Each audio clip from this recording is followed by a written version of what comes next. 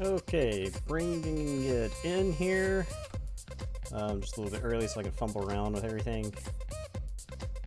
Okay. Here we are. We're live. Tonight is the viewers versus the Gauntlet. We've got got a bunch of people set up for games tonight. I will be going through the list here. Yep. So I'll just go through real quick. Feel free to hang out in the chat. If we're playing, feel free to hang out in the chat. I don't know if if you want, you can go back and watch the game that we played from my perspective and what I was thinking the whole time. Just slap me on mute, put me in another tab, keep the Crucible in front of you, play the Crucible, and we'll go from there. I'm not gonna sit here and scream at people for stream sniping. This isn't that type of stream. So, but yeah, so I've got the first up is Art Boy. We are gonna play. I have got a dice roller app here. For the first game, I'm just gonna roll. If we get a 6, I'll re-roll. And the decks are 1, Barcus Rex, 2, Kvibius, 3, you can't see the chat. 3 is Luria of Water Hollow, 4 is going to be Conphage, and then 5 is going to be CW Gasolina. So after I play a deck, when I roll, I'll just roll a d4 to play one of the decks that I didn't just play, if that makes sense. That way I'm not playing the same deck every time tonight.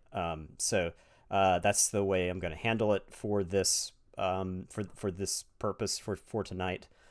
If this all works out well, we'll do this again tomorrow. Don't be nervous. Something I will ban people for, at least temp ban, is if you make fun of somebody's play. So that's what we will not tolerate in this channel. Somebody makes a play mistake. I made play mistakes yesterday. I'll tell you that. Playing in the Glorious You. I am at this point. I'm a little bit more accustomed to them, or calloused, I guess. You got the.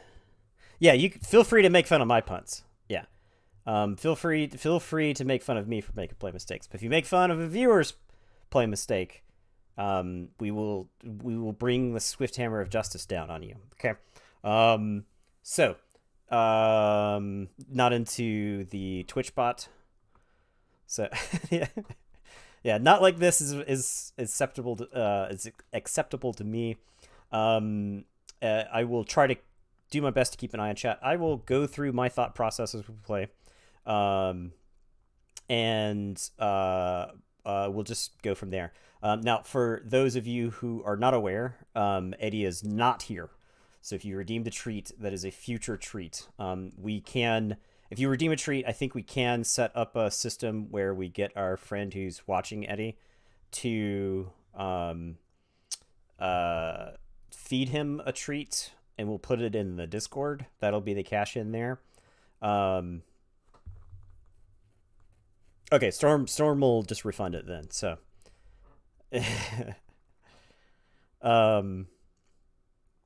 yeah, it's fine. We will square up with it. Eddie will be back Wednesday. So, but for today and tomorrow, the Eddie treat thing is a treat delayed. Okay, so I will create a game, and I am going to DM people through the Discord. I will DM people through the Discord the password to the game. I will try to work the ranting in naturally, if that makes sense. If we make good time tonight, we can set aside plenty of ranting time. I don't want to rob anybody of some quality game time. So, tablet 2. I think you had an underscore. Oh wait, is it modified? I wonder what happened there. I don't know. Um, so okay. So Art Boy, I am going to DM you the password. Let me make the game real quick. I'm not gonna put a time limit on this first game. Hopefully it won't go to time.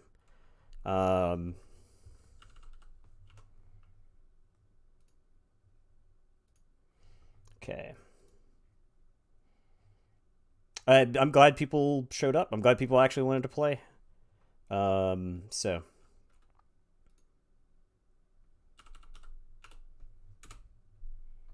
Okay, and that is case sensitive. It's all lowercase. Art Boy, you are going to play against Conphage, starting the night off with Conphage.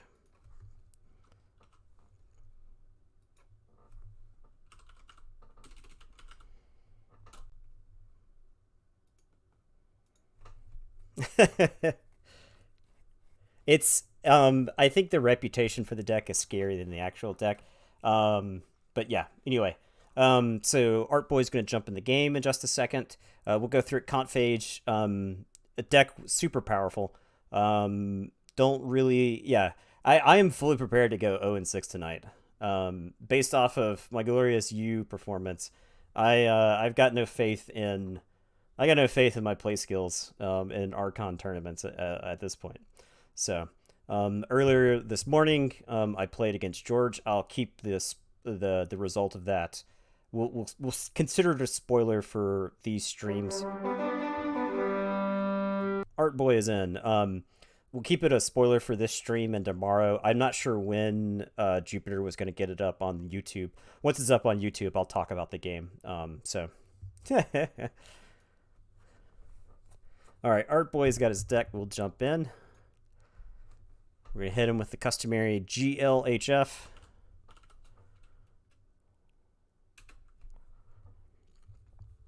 And Art Boy is running double Control the Weak, double Life Ward. Control the Weak and Life Ward both pretty good against this deck. Valen Analyst, some Keo, some Neurosiphons, Relentless Whispers. We got a Coda Brew over here. The Control the Weaks and the Life Wards could be pretty good against this. I got a feeling the Pit Lord's not going to do anything. The Pit Lord's most likely going to get discarded. And so I am going first. I need to try to keep my options open if I can. The Shadows is certainly annoying, but I think my key to victory in this game is definitely going to be the combo. If I can just keep him from winning. His deck doesn't look incredibly fast. He can steal a decent amount. Speed Sigil actually could very well help me. Because my Martian dudes, Art Boy may not realize this, but he should consider discarding Speed Sigil. Because like being able to use Proliferator the same turn as I Martian Generosity, it would be pretty good. Swindle. So this is the type of hand that we mulligan with Conphage. We don't see Martian Generosity. We don't have Gengar Chieftain. Any hands with either of those are like ones you want to keep. Am I getting the laggy clicks on FF? I've had laggy clicks all like the last 2 days. So okay. This is a pretty free mulligan here. We've got the Merkins. That's what we like to see. So I will probably start and just say Mars and play out the Stormcrawler. This at least slows down any sort of reap plan that he might be on. I don't think his deck is going to do a ton of reaping. Mac the Knife probably being the best target to like reap multiple times. I don't like that I've seen 2 of my Martians already. Because that could very well mean that the Martians will be dead. Leading up to when I play Hypnotic Command. It's probably your fault. It's cool. Okay, so he's got no Amber. This is a clunky hand. I would hate to pop this Nerve Blast right now. But I think I got to go Shadows. I think I have to pitch this Nerve Blast. We got to get something developing Brobnar or Mars-wise. So I'll just discard this Nerve Blast. It kind of sucks. If I had a way to kill the Dust Imp here, I'd feel pretty good about it. I guess actually technically I should have Merkins first. All right, we're going to play Merkins to the right. I get a Keo, so we'll put Keo to the right. Positioning with this deck is very important. We have to keep the Mars creatures together because of Xanthix Harvester, and we have to keep Drummer Knot always on a flank, if possible, right? So we always want to make sure we've got a flank open. Actually, having this Keo here is bad. Maybe he kills my Gamgee. I wouldn't actually mind using Gengar Chieftain to fight with Keo. So perhaps I should have put the Gamgee on the other side of the Stormcaller. That may have actually been correct. Okay, running out Dis again. I wonder if he's going to control the Weak Me. Now, hilariously, he can actually control the Weak Me into Logos right now because of the fact that I have his Keo. So, yeah, I don't have any bets going on tonight because I don't have that stuff set up on this computer. Okay, he's opted to fight the Stormcrawler off the table. So that at least meant that those were proving to be somewhat of a nuisance. We could run back Mars again, playing the... he fought the Stormcrawler off the table because he didn't want his creatures stunned. So it's possible playing Mars and the Shockworm will force him to fight into me again. I can also say Shadows and Reap with the Dust Chronicles. He can't control the weak. Oh, you have to choose one onto the... Okay, well, that's good. That's good to know.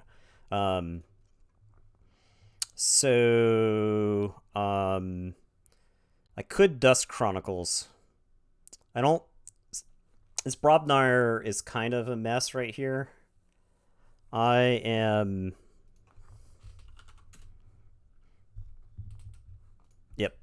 I'd have to say Logos to actually attack with Keo here. So I think I go... It's between Mars and it's between Shadows. I think I'll just go Mars. Play the Mother Gun. This is a very slow hand. This is one of those glacial hands. We will put Shockworm on that side. Shockworm at least fights a little bit better than Gamgee does.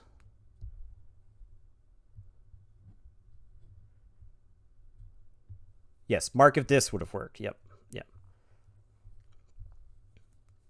Okay. We haven't generated any Amber, which is kind of good.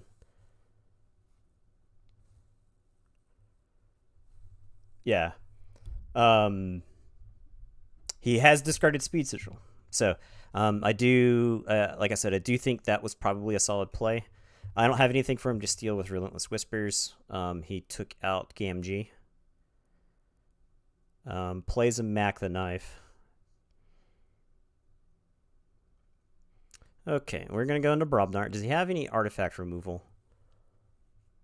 Nothing in this. Shadows didn't... Shadows only had Snecklifter and Logos. He does not have remote access. Valen Analyst, he could use Valen Analyst if I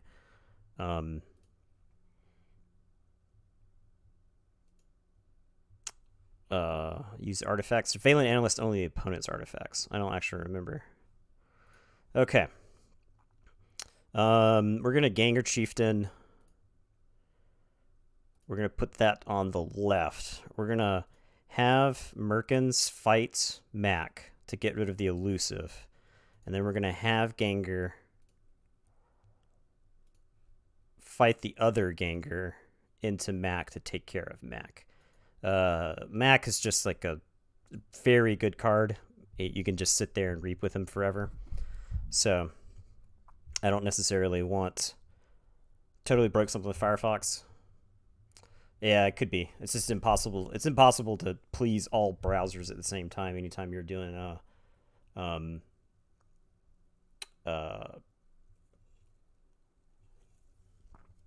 This Brobnar is kind of a mess. Just this draw. I got War Chest early enough that it could matter. If I got the option, I will probably go into Brobnar on the next turn.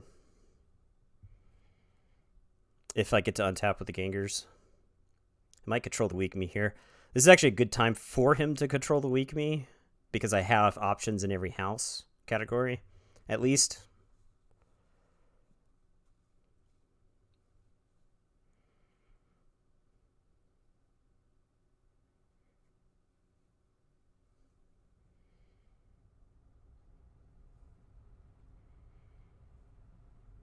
Okay, traded Dust Imp into the Ganger Chieftain.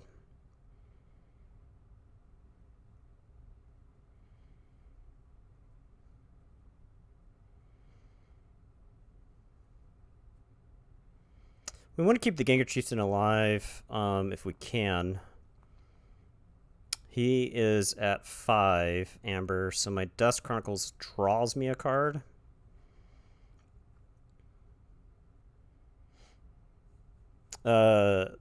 One option is to just use Brobnar to play Foozle and Rock Hurling Giant. His deck doesn't have... So creatures down are actually good. Because he doesn't have a ton of removal. So I think we go into Brobnar. Playing the Foozle.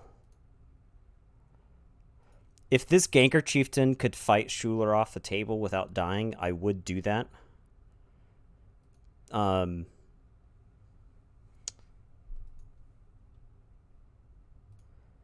Because I would get the War Chest. But I need the Ganger Chieftain alive. Yeah.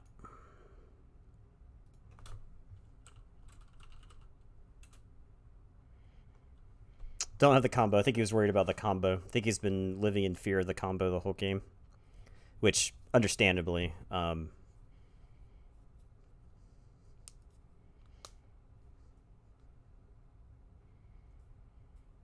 no, see, emote only mode was the compromise between us and the KFPL while we're playing our official match games. You can comment and you can talk in emotes. So I think that's a fair compromise. That way you can still react and stuff like that, and you're not coaching. So Relentless Whispers killing my Merkins. Wouldn't be surprised if you life wards here. Safe place. So he's definitely forging this key. Unless he drops like a bunch of...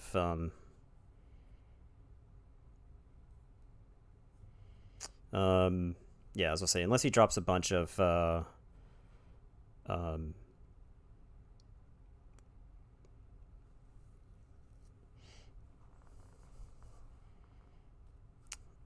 bunch of creatures, then I think...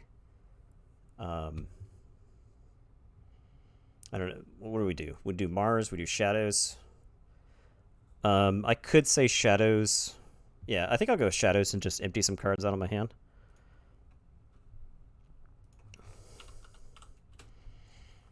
Okay. He politely reminds us that we cannot use creatures. We will play Dust Chronicles. Lollop. Okay. We will discard Rad Penny. And we will discard Dipno.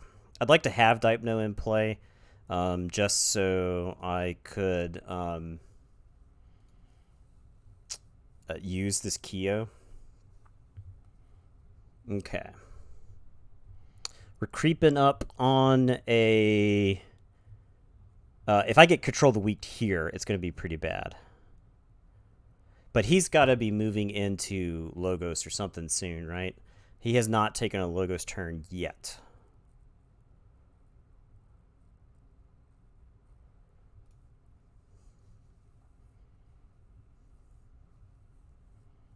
Yeah, I see that. Fogify, so I can't fight. That's actually a mistake, because that means I can Gengar not for free, I think. Now, I don't have the combo, but if I did have the combo, I'd get to Gengar not for free here, because I don't have to fight all his creatures off the board. So. Neurosiphons me. I have yet to really gain any amber, so. Okay. We are going to take a Mars turn here.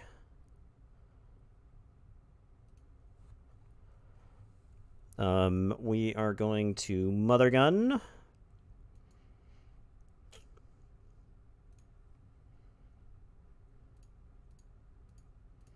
We're going to get to stop the key with Mars Needs Amber. We're going to shoot the Doc Bookton for 4. We play the Mars Needs Amber.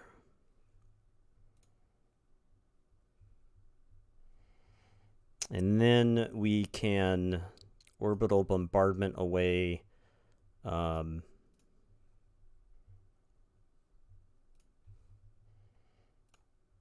the Bookton and the Schuler.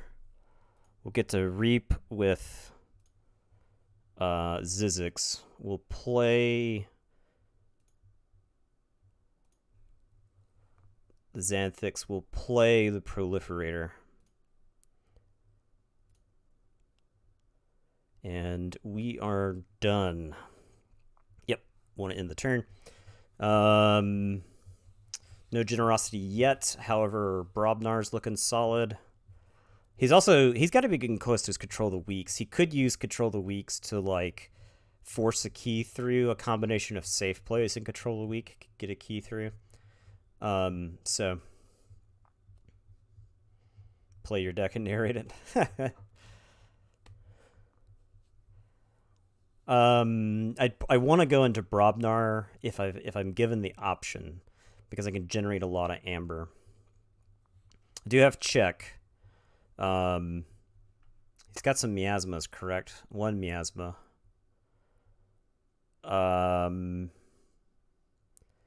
Could Neurosiphon, but that's like going back into Logos, and I'm not terrified.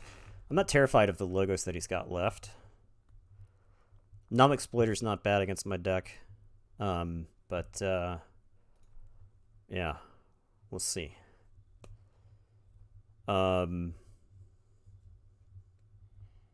Maybe we get this key. He's going into Shadows. He does not have any more stealing immediate in Shadows.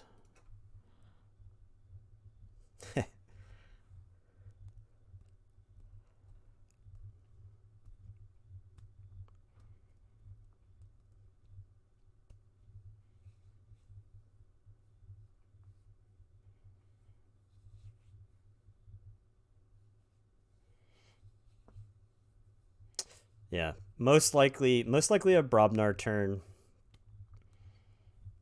I think I want to save this Mars first, if possible, to go with Martian Generosity. Okay, so he is Poison Waved. I don't think there's anything. He's using Safe Place. Runs out on Umbra. What's that card in the archives? Do we know the card in the archives? Oh, he's played both. Oh, random access archives. Okay. So Pawn Sack. He's got some tough choices here. I'm not sure which ones he'd go for.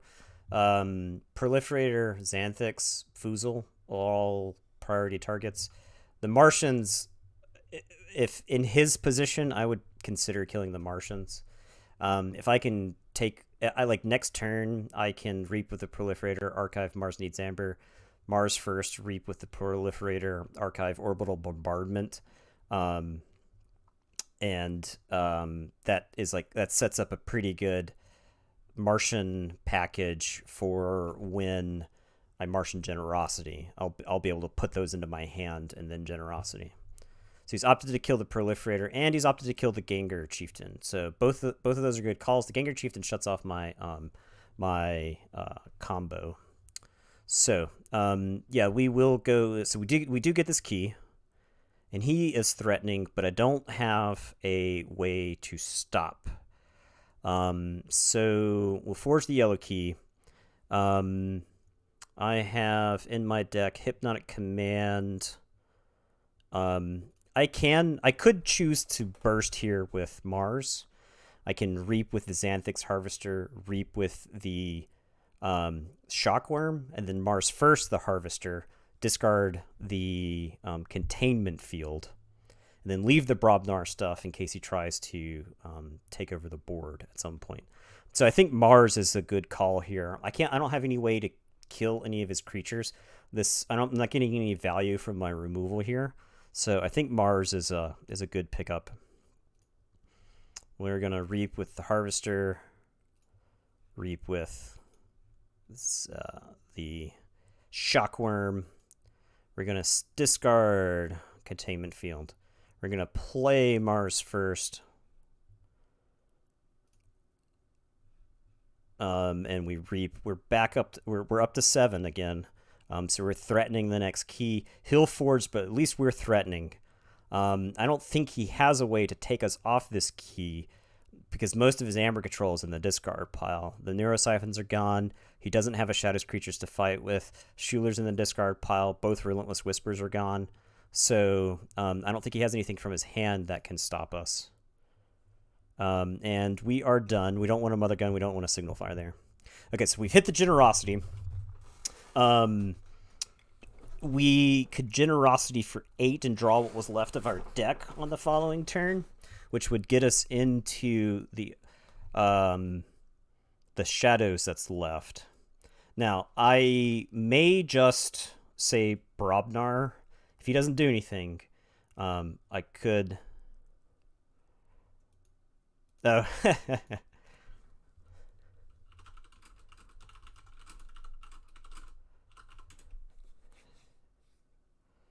I think he didn't think he was going to forge there, so. Please, please, please take off check. What's that?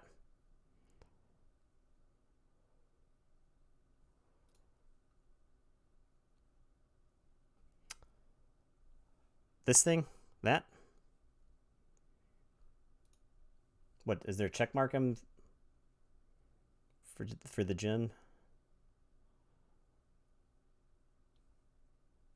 Oh, yeah, I think what... Oh, gotcha. Okay, cool. So we will forge. Actually, I could draw the rest of the deck. Gets me into... Do we have a good way to...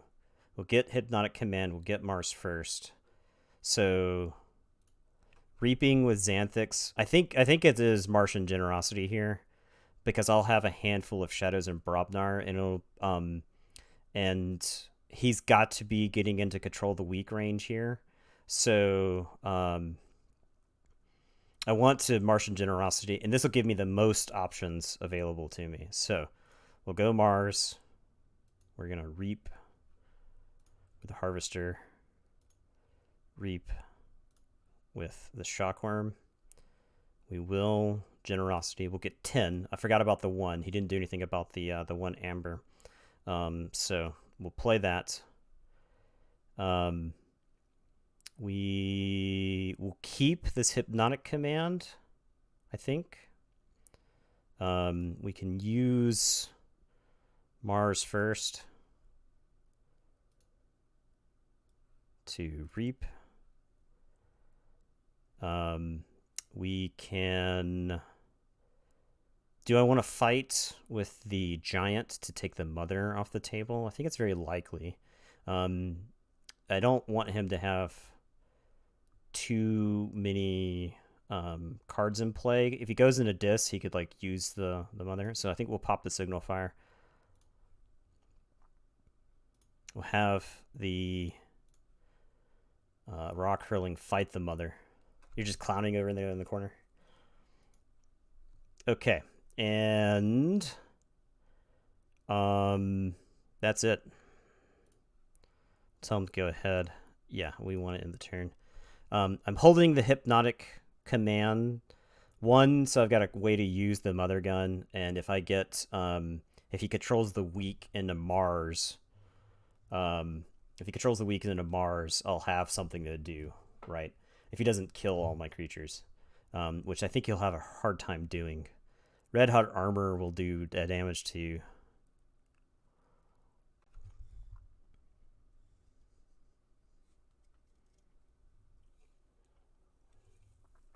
Okay, life ward's here.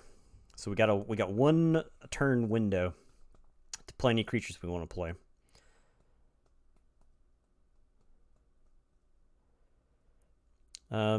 So he had what? Another Dust Imp left.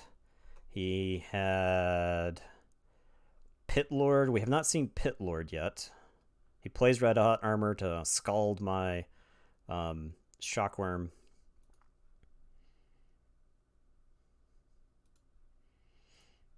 So we could see a Pit Lord. We could see. I'm anticipating a control of the week. Like he's got to have drawn one by now at least, right?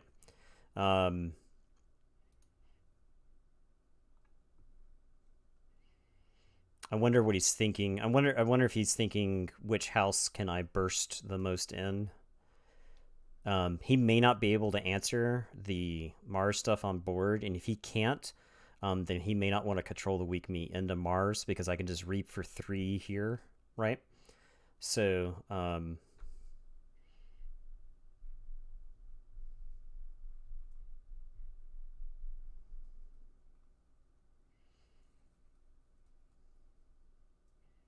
Hysteria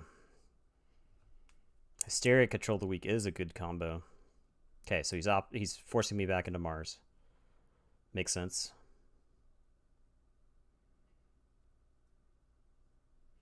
Okay, now the question is, do we Mother Gun the Dust Imp? No, I don't think so. I think we just I think we slam down the 2 Martians, and then we Hypnotic Command the Dust Imp, take 2 of his Amber and put it on there. If he life wards me, I've got a grip, an absolute grip full of Shadow stuff. I think it'll be... now, if he hits me with another Control of the Week, that's when we're in trouble. He's got 5 cards left. So, very possible.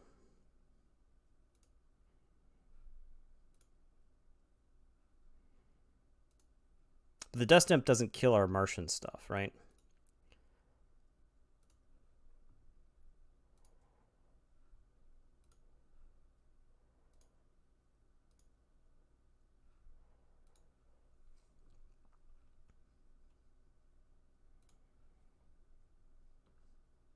If he controls the weak us into Brobnar, that is a problem. We probably end up discarding a bunch of Brobnar cards. I don't think he can control the weak and threaten in the same turn, because we've seen so many of his discards already, right? 1, 2, 3, 4, 5. We had 3, 4, 5, 6, 7, 8, 9, 10. So he has 1 more control of the weak and a Pit Lord. So those are the 2 we have not seen. Pit Lord gives him 2, puts him to 3. Dust Imp over here can fight, puts him to 5. Control of the weak puts him to 6. Okay, so if he has the Pit Lord, he could try to win with the Pit Lord. He could Pit Lord control the weak to close out the game. He may not know that. He may, because if he may, I don't know if he wants to go into it. If he doesn't have the Pit Lord or the control the weak, though, he can't threaten. So the 2 Amber that we get from the Dust Imp isn't actually enough for me to win, right? We didn't quite get to put enough onto the Dust Imp so that if he kills off his Dust Imp, we threaten and win the game. Okay, he's gone into Logos. That's a good sign. Love seeing some Logos right about now. Now, I anticipate this life ward getting cracked. He'll actually get some Amber, too. But the important thing is we will get to play... we'll actually get to use our cards. Okay, so no creatures. We go into Shadows. Too much to protect. We've got 2 Nerve Blasts. Swindle is not enough by itself. So I think what happens is we Dusk Chronicles the Swindle, and then we Oubliette the Dust Imp. He's got a lot of logo stuff here. We absolutely hold a Too Much to Protect and a Nerve Blast, right? I think so. Moving to Shadows.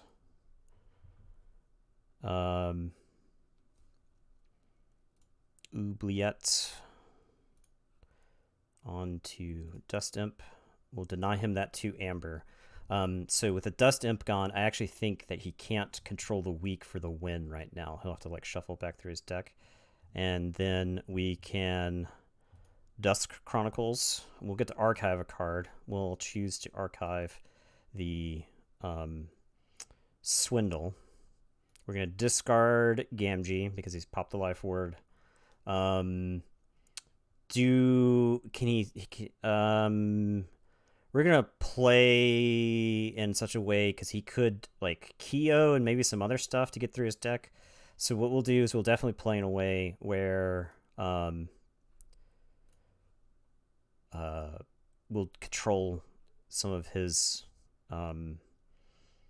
logos. He could have Dexter. He's got Dexter left, right? So Dexter could do it. And then maybe somehow he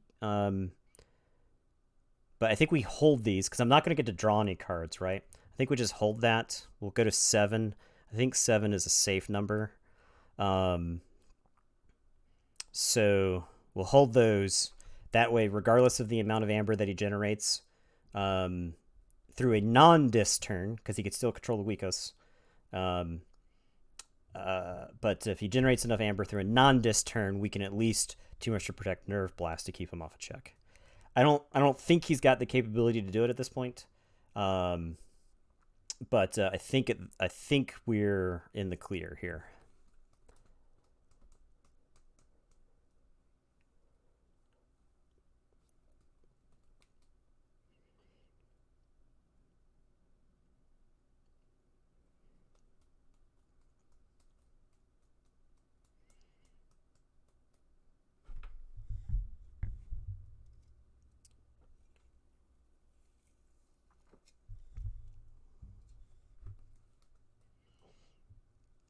Goes with Shadows. He could Miasma us. Uses Miasma.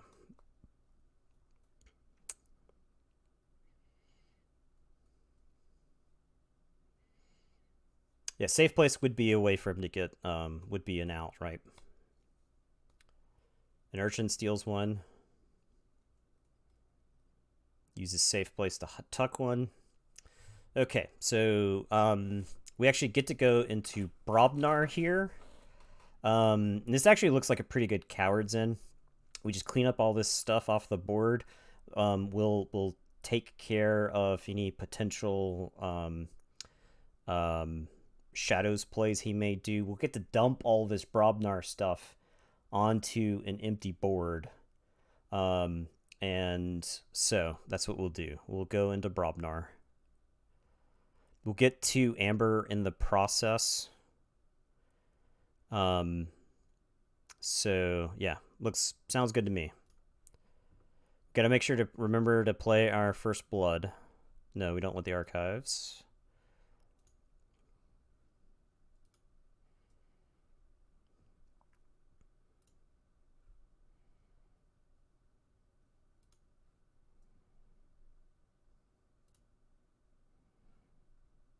We'll play Drummerknot first, that way we don't have to play a creature multiple times.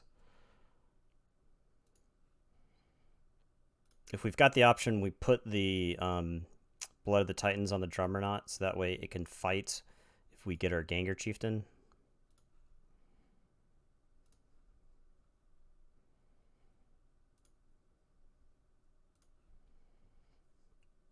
When do the rants start? We always have to, like I said, remember, we always have to keep our Drummerknot on the edge of the board. Yes, we are sure we want the turn to end.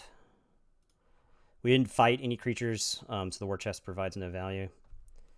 We have a swindle, so if he goes into shadows and then threatens and also gets to check, we can swindle to stop, and that at least gets around. All right, GG Art Boy. That was a good game. It's nice and close. We know he was close to closing out the game. There's several points in time where I think he could have closed out the game had he had the right cards then. So that is a good game. Everybody, when Art Boy gets back in chat, when he announces that he's back in chat, everybody hit him with a GG.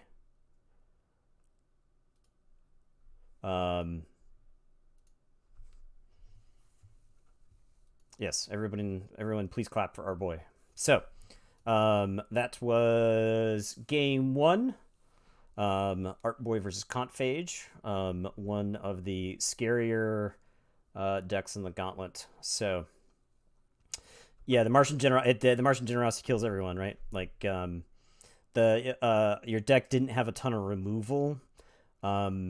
I knew the life wards were bad. You didn't. I think you could have had some stuff line up and definitely do a little. Like, I think your deck has the capability of beating Contphage if your cards lined up a little bit better. In this game, they didn't.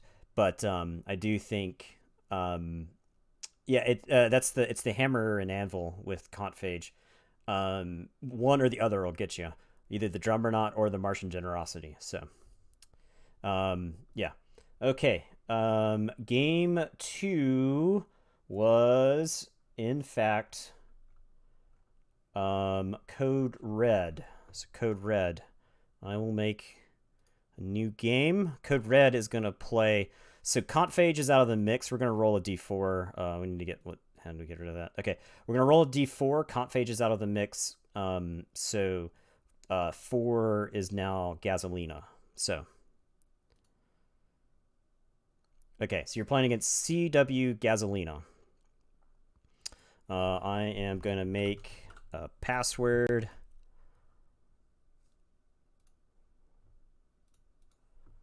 And I am going to DM you the password.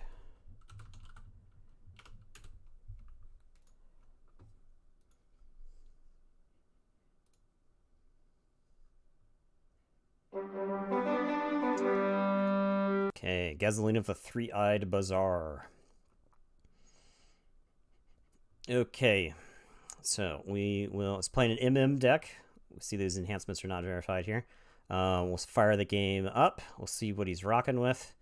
He is rocking with Gorik Mikkel Unviv Moneylender. We hit him with GLHF.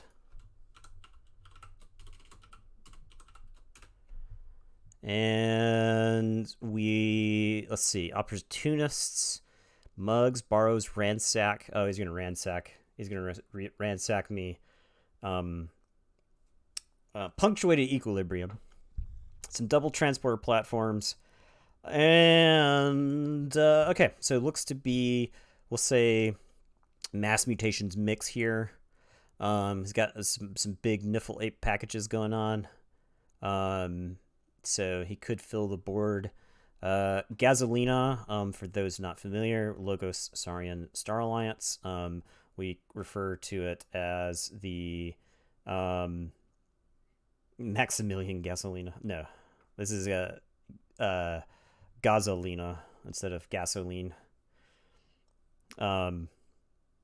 So yep, I won the die roll, so we'll go first. Let's take a look at this deck, this hand. This looks like a banger. Did he have Borrow? He does have Borrow, so we kind of want to be careful with the Polosaurus then. We don't have a way to, but I think we just jam this Gargantodon. We'll keep this hand. We'll jam the Gargantodon. That'll give us some protection against stealing. Man, after playing yesterday in the Glorious U, I honestly missed Worlds Collide Saurians. I felt like so many games yesterday I would have won had I just been playing Worlds Collide Saurians. and just absolutely dump trucked people without the ability for them to steal against me. So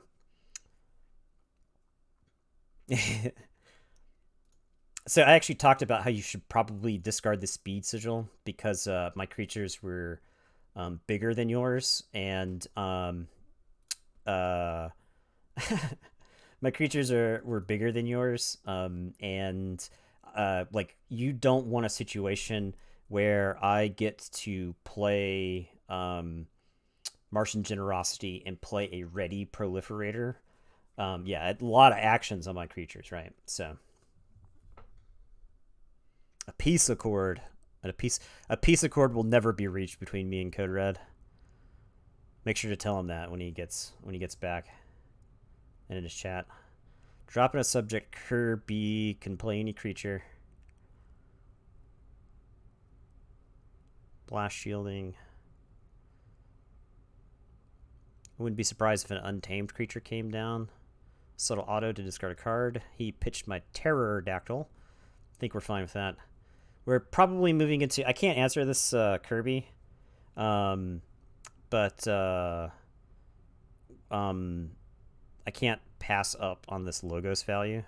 And he would have to fight my Babbling Bibliophile to kill it, right? So he might have some removal or whatever, but he has a Savage Clash. We want to keep the Gargantodon alive if we can. I guess we should always play the Tau Vapors before we play anything else. Okay, archiving the Xeno training looks good here. That's a good place for it in the archives. We'll drop the Daughter, expand our hand size some, and then we will play Wormhole Tech.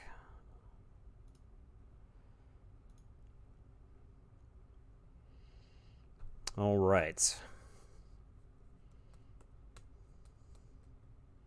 Here comes the Worlds Collide good stuff.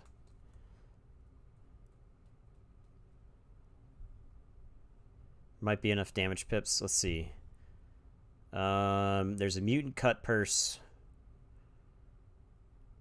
So there's 3, right? 3. I don't see any other things that could have damage pips. Unless I'm missing something, so...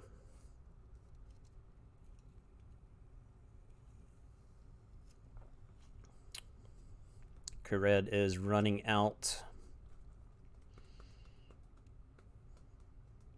I wonder if some of my games would not have gone to time yesterday if I had not been playing on Firefox than Sky Jedi. Because I had 2 games go to time because there was like hellacious lag. I thought it was just Crucible wide.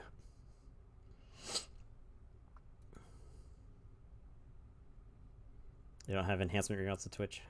I'm not in Chrome now. No, I'm using Firefox. I don't use... Oh, he PE'd. He PE'd my hand away. I think we can live with that.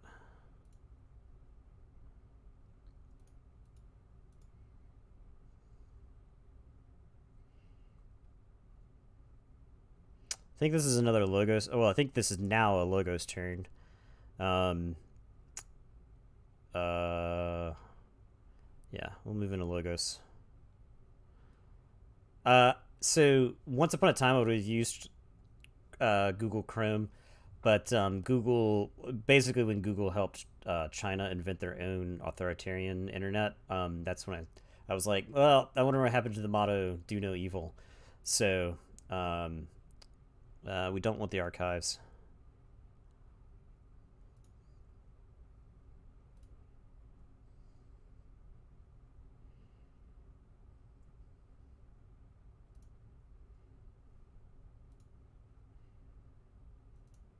Play this Hapsis. Hapsis is most likely just going to be reaping until this Peace Accord goes away. There's probably a decent time to pop this Peace Accord. Oh man, we hit Tau Vapors off of Wormhole. I mean, off of the Wormhole Tech. We'll put the stealth mode down, and then we'll hit him with Interdimensional Graft. And then we'll reap with daughter. That'll put us to 6. That'll at least get us to check. Yeah, World's Collide's so good. Set is so good.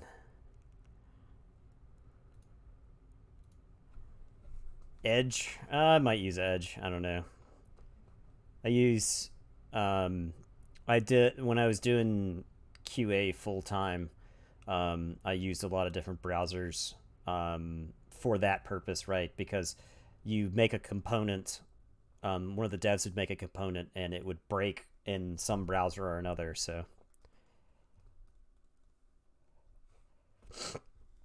Worlds Collide did. I mean, I went 3 and 5, but I was losing to mass mutations. I don't know if Gorlami's in the chat. Gorlami beat me with the Coda deck. So I know Edge is Chromium, right? Like it's built off of Chromium. Down come 2 transporter platforms.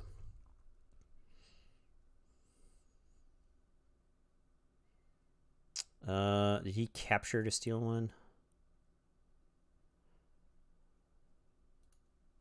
Survey draws.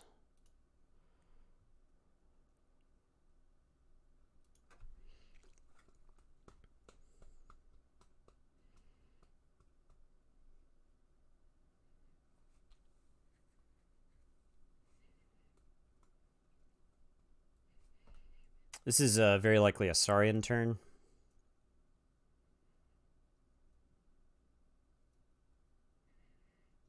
He's going to get to forge this key. We can't leave this Kirby alive. But this Phalanx Strength is looking pretty good. And we'll get to Tribute onto the Gargantodon and then Axiom it. And ward it with the Axiom. I think we get to wipe his table here.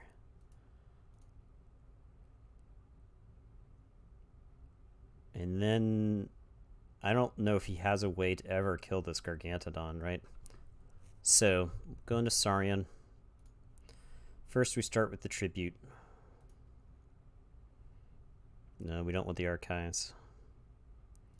Start the Tribute.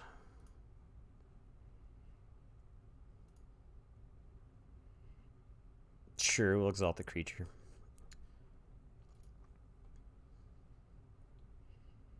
Play Odoak.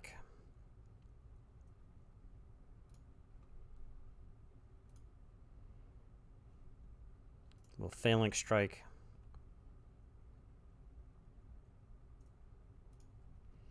We get 5 damage, so we can kill Kirby.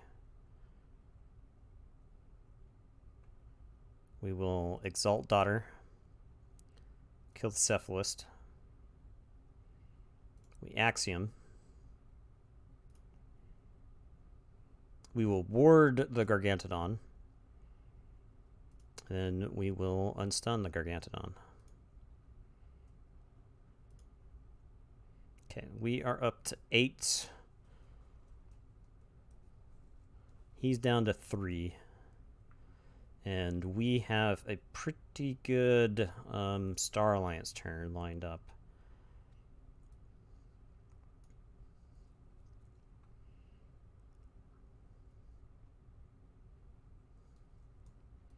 If I tried upping my card size by 1, I'll do it. Can I do it in the middle of a game down here? No. I guess it's in between games. Mugging Odoak. Okay, so you can actually steal Amber from me. Rad Penny comes down. Rad Penny was trashing me all day yesterday. The 1 card Ardreth fears. Ardreth fears no dinosaur. But this mutant, this terrifies me.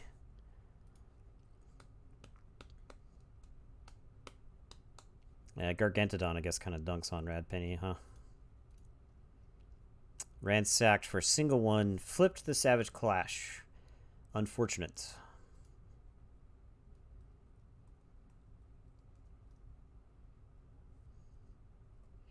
Oh, zapping this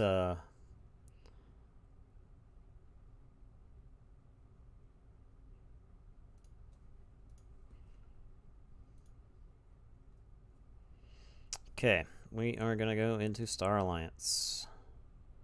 Yeah, we'll move the archives into the hand. Yeah, we'll play transport platform. It's actually might be worth transport platforming Odoak if he lives. Play some Kincan.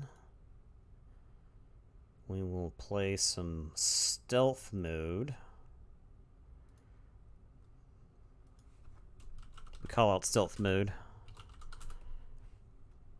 Just that way it's not a rude surprise for him. We'll play Lay of the Land. We'll probably get a Star Alliance card here. Crazy Killing Machine, Eddie, Explore River. So we'll put the Explore. I already screwed it up. I put them in the wrong order. I will zap. We'll kill the Rad Penny, and then we'll shoot the Mace's Asp. And then we Xeno Training. We'll put one back onto there. We'll put one on Kincan. And we'll put the other one on Gargantodon. He'll get a key if he ever kills Gargantodon. Yeah. Gasolina is just so hyper efficient, right? You're just going from like one 6-card turn to another 6-card turn. Daughter's been alive since we've played it. There's so many other threats. Like I think he has to kill the Gargantodon if he wants any chance of winning this game, but I don't know how he kills the Gargantodon now the Mace's Asp is dead, right? Subdue will take a ward off, but Dino Alien could put 3 damage into it and then fight it like 3 more turns. Untamed Savage Clash can never kill the Gargantodon. He could have a bunch of untamed creatures and then try to fight into it.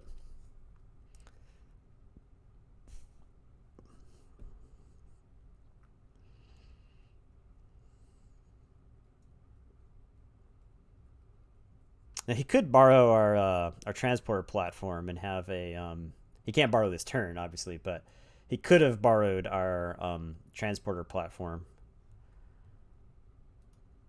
I wonder if he has to play 2 opportunists to keep me from forging here.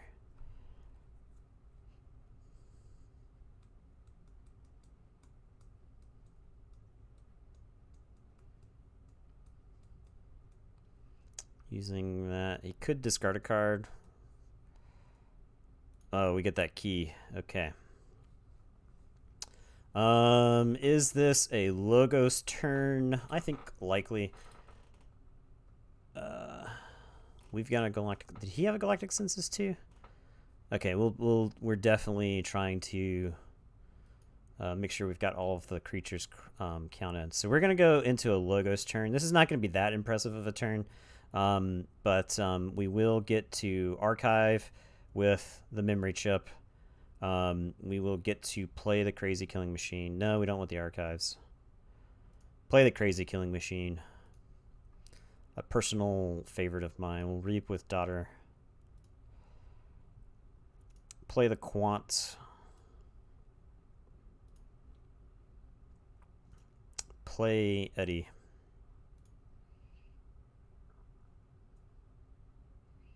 I don't think it matters whether I play stuff on the flank or not. We'll archive the Goddess Raptor.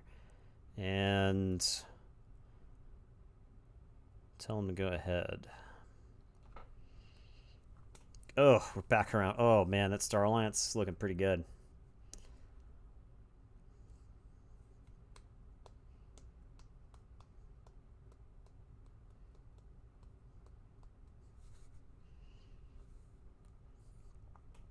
Man, I gotta tell you, after playing all those Mass Mutations, coming back to our Worlds Collide deck feels like putting on like a comfortable old pair of shoes.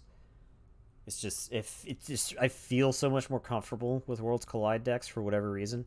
Maybe it's just like the raw power in Star Alliance and Saurian. It just feels like you're just tearing a game in half with them. But yeah. I feel like there's almost like slightly too much RNG in Mass Mutations. I can't even steal with the Sparrow the Crazy Killing Machine. That could be pretty good. Discarding Babbling Bibliophile and Ghost Hawk. So he'll get to destroy my daughter. The Crazy Killing Machine explodes. I think that was like a Hail Mary there. Okay, so he is threatening. Can I threaten? If I go into Star Alliance...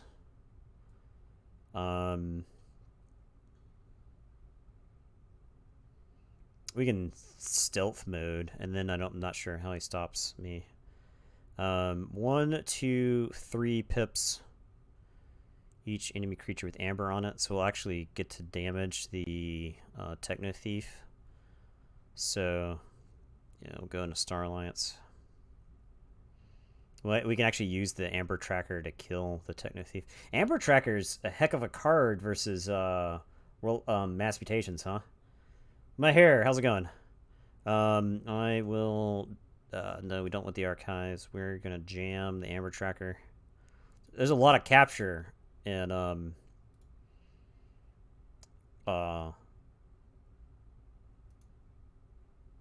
Mass Mutations.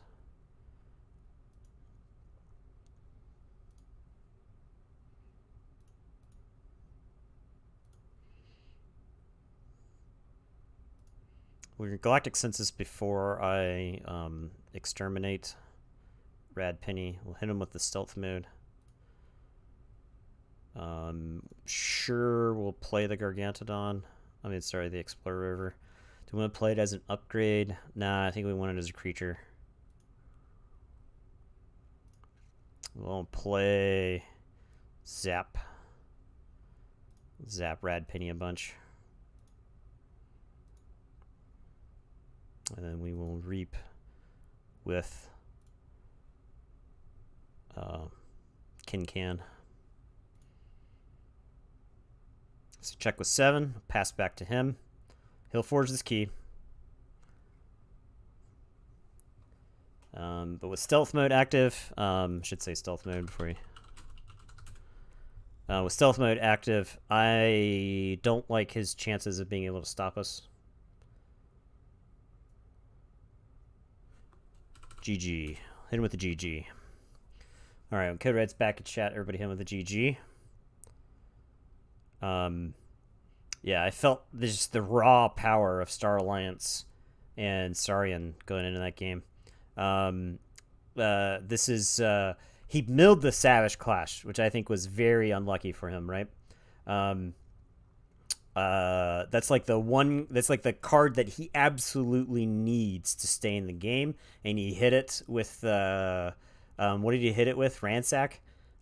Just unlucky there. So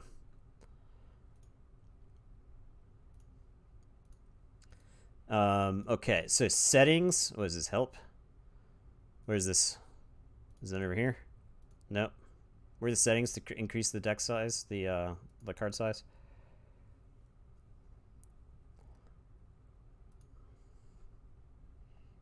Piece of cord. I don't know if you ever had a chance that you really could have fought, right? Under my name. Profile.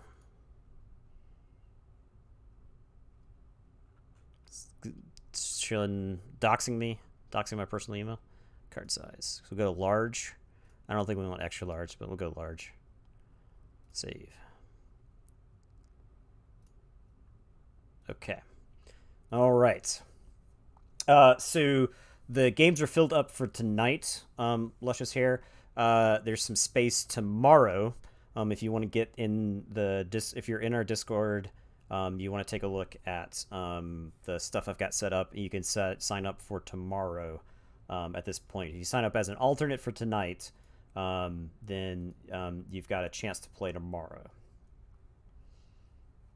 All right. So game 3 is... was it Farquad? It's Farquad.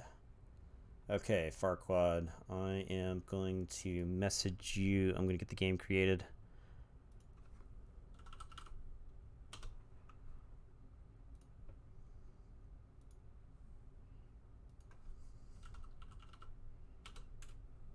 I have messaged you the password, Farquad. So Farquad is going to be playing against 3 is Luria. Okay.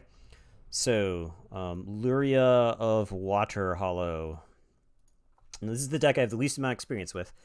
Yeah, that was a good game, Code Red. Yeah. And I know we got a lot of banter going back and forth between us. But there's nothing like a good game of Keyforge. So, okay, Farquad versus Luria. So this is the mass mutation deck that we've entered into. The Gauntlet replaced Sov, Warn Vector, Parmesan. We'll fire up the game since Farquad's got his deck. Farquad is playing a time traveler brew, the dream chaser that approves of the fist. We're not that type of stream. That kind of content is available on our OnlyFans. So we hit him with the GLHF.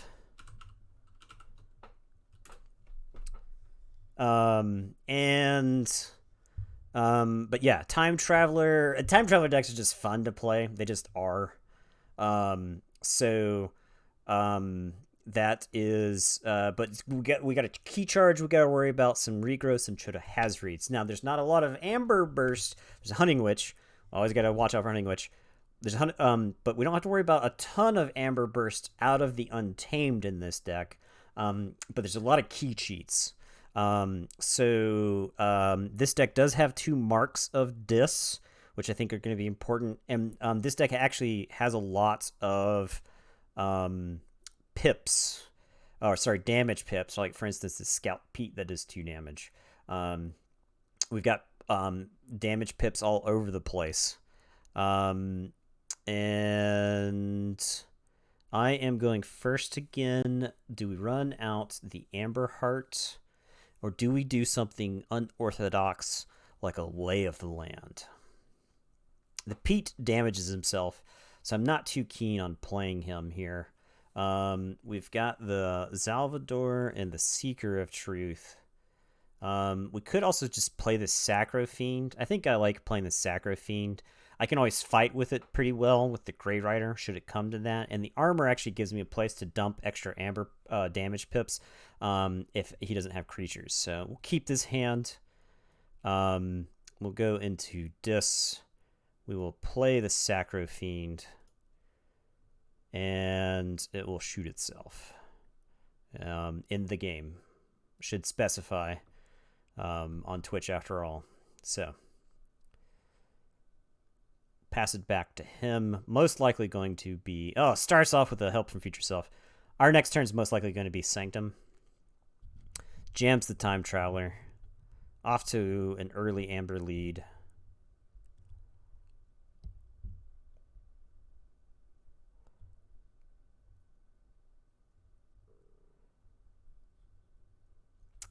No Exploiter could get pretty far. Escatera, sure. Run her out there. Plays Twin Bolt. Yeah, I've gotten first in all 3 games. Okay. So we are going to say Sanctum. We have to develop a board against him. Let's see. We do have to worry about a Coward's End. So we actually, I think we... So this is interesting. We've got the No Exploiter and the Coward's End. So like I want to keep my guys damaged, but at the same time... I want to Tashi, how's it going? And I want my guys damaged so they don't die to Coward's End, but damaged guys can get picked off by a non-exploiter. I think we just fight the... Well, he could regrowth the Time Traveler. I'll tell you what, we're going to Sanctum. We're going to play the Amber Heart. He has lots of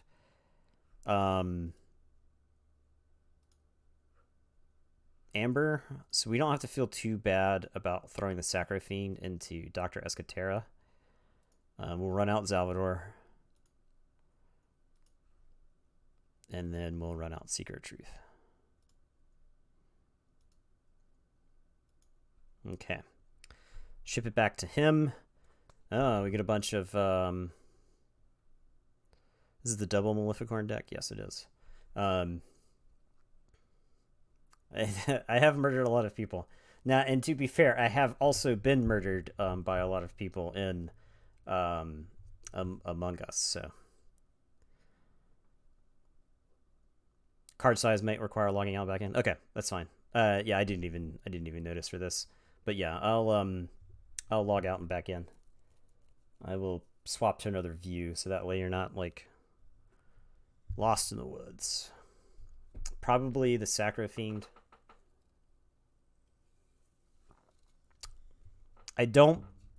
I wouldn't necessarily Lost in the Woods the Grey Rider unless I had no way. Just okay, I could probably just F5, right? I could probably just do that right now. I didn't generate any amber, right? So he didn't. Did he steal any? I have not generated amber this game. He's at 7. So we can actually stop this key. So I think we end up going into Star Alliance here. I can just Control Shift R, right?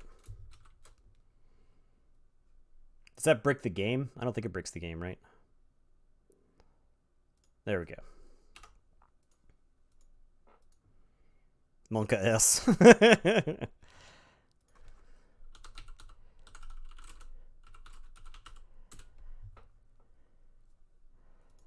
There we go. A little bit better, right? Okay. Just normal would have. Okay. All right. I will go Star Alliance. So we can lay of the land and then Scout Pete away anything we don't want to see. We can actually get a card deeper if I Scout Pete first, right? So we'll play Scout Pete. We'll put him on the right. We'll shoot our Sacro Fiend. Bulwark. We will discard Bulwark. Okay, and then we will Lay of the Land. Commandeer, Champion Anaphil, Observe You Max. So we will put Commandeer, then Anaphil, then draw the Observe You Max. We're going to play the other Scout Pete so that we can discard the Anaphil. We'll discard Anaphil, and then we'll jam the Observe You Max onto the non-damage pip Scout Pete. Actually, I think the damage pip Scout Pete might have been the best one, right? I know it's like a subtle, like a minor thing there, but it's like something relatively harmless to quibble about. But it's Bumpsy to make us lose one. Earth Shatter to kill off the Grey Rider. King of the Crag to make our Brobnar creatures small and pathetic. Okay. Some big Brobnar fellas there. We can subdue one. We're torn between what is most in our deck still. Our deck is a pretty even split. So I think we want to go into Star Alliance. Because we'll have a chance to draw into Sanctum or Dis. Next. So we'll go into Star Alliance, and I get some use out of the Scout Petes here.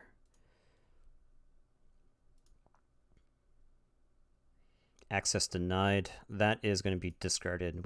We do not want our Star Alliance stuff, right? At this point. Lyco Knight. Sanctum. Lyco Knight is big. 5/2 armor skirmish. We've got a Commandeer. I guess we'll leave Lyco Knight on top of the deck. What else am I looking for? We'll leave him on top. I really want to hit. I really want to hit discard, so we're going to discard the Lyco Knight. We are going to subdue. We're going to get the Earth Shaker, I think. And then we're going to play Garcia. We don't want him to be able to fight the Earthshaker off the table and then like regrowth it later. So we're going to try to avoid that. Okay, nice. We hit 5 discs.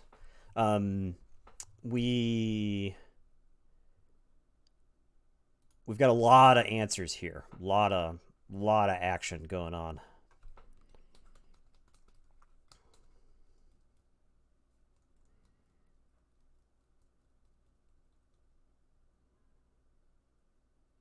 Yeah, the click lag is pretty bad, right? That's what it actually hurt me yesterday.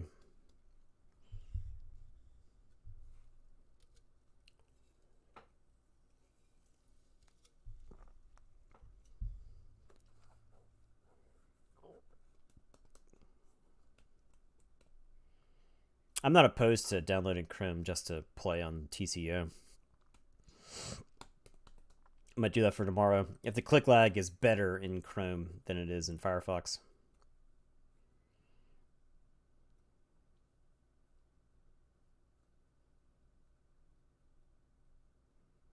You switched to Chrome for a game? Gotcha. All right, Farquaad is in Logos Twin Bolt emission. He might twin bolt his own guys. I don't know.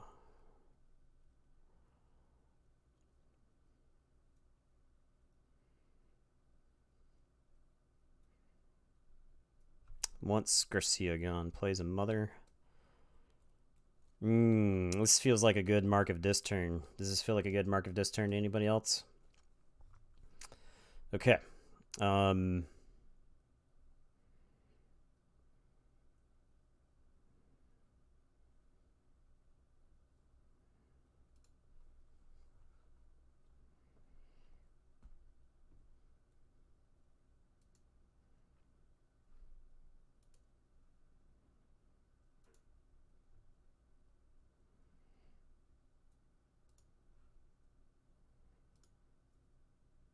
We're going to drop Cinder to the right.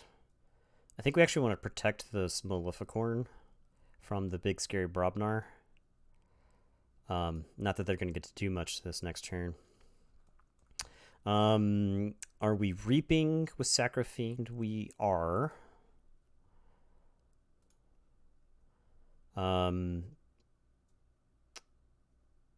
Gleeful.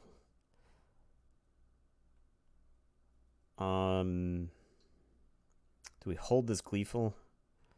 No, we play this.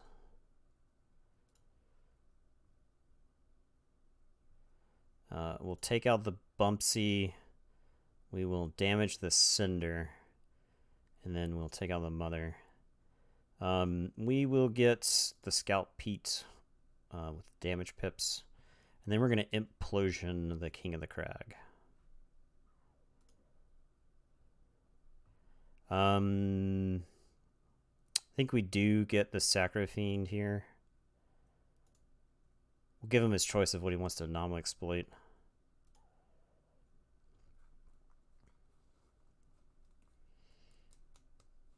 Oh god, Infernus.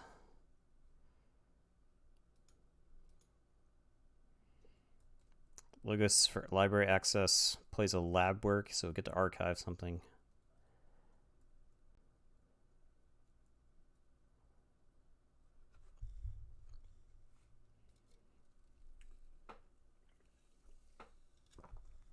Brave. Small browser games.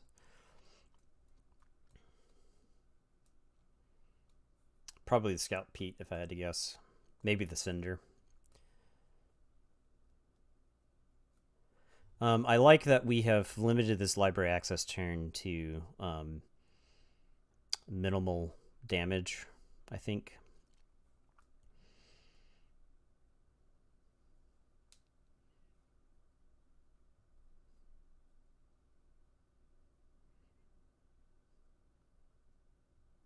Yeah, limits the Scout Pete. We get to forge our yellow key. I like, do we want to hang on to this red alert? Because we can, like, Infernus. to get rid of some stuff. Get rid of like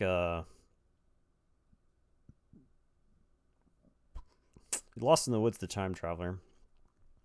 We could Infernus, the Help from Future Self.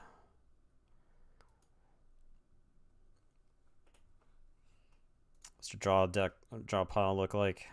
Mostly Dis, a little bit of Star Alliance. So I think we're priced in the Star Alliance because our deck is mostly Dis and Sanctum.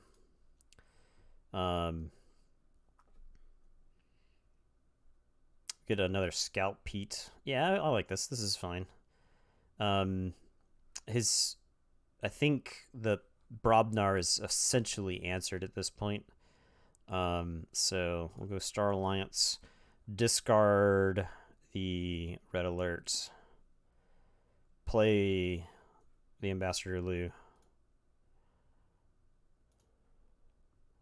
We'll throw the damage on the Earthshaker because of Coward's End. We don't want to spread damage out on all of his creatures. We'll play Scout Pete. We'll get to capture one. We will throw that onto Maleficorn. Stirring Grave. Who do we want to get back? Grey Rider would be pretty good. We'll leave that on top. I think Stirring Grave is a good draw. We'll end the turn. Got a lot of options based off of what he does. I don't want to say necessarily that any of these turns are going to be better than others until we see what he plays. So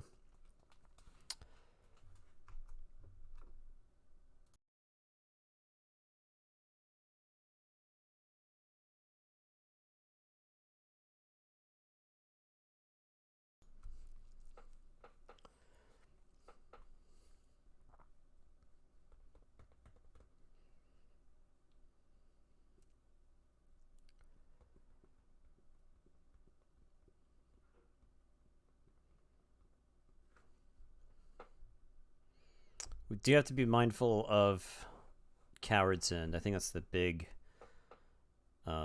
He's got a Gengar Chieftain. He could like Fire Spitter Gengar Chieftain.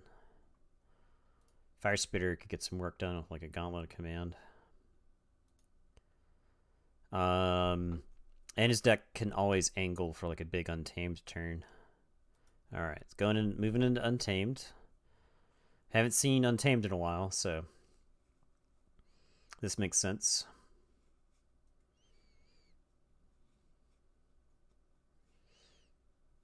He could. I don't know if he can forge a key here. I think there's a possibility that he could if he's got like Hunting Witch, Dust Pixie. Discards Do Fairy, regrowths.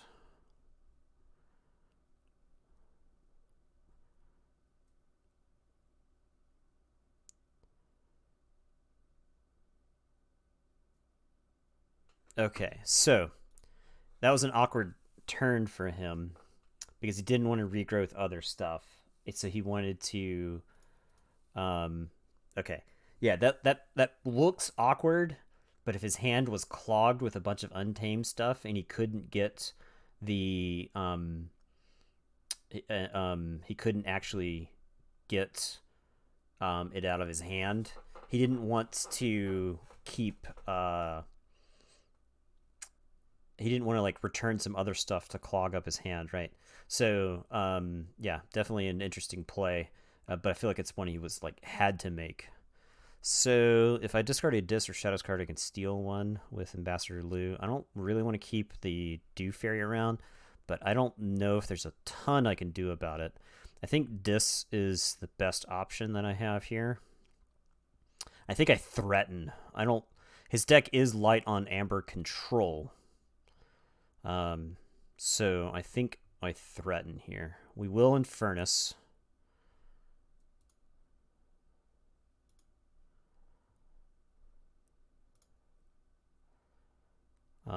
No reason not to get the Help from Future Self, and I think Lost in the Woods is most likely to punish us, should the game go long enough.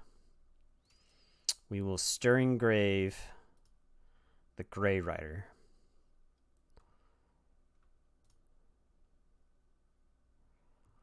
Maleficorn reaps.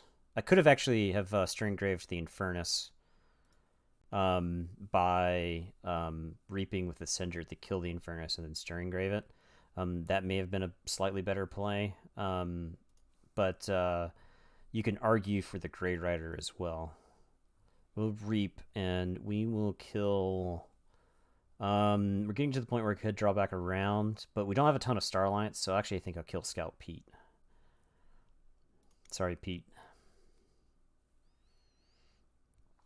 Okay. We've got both Grey Riders. We can rule a 6 the Grey Riders, perhaps. Some stuff would have to happen for that to happen, but we could possibly rule a 6 them. Yeah, it's friendly fire. That's what happens when you're working with demons.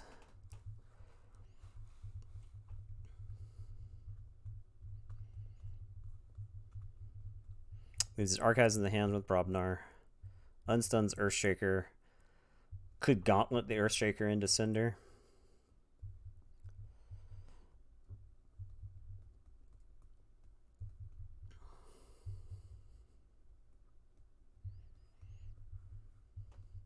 Yeah, this has been an interesting game.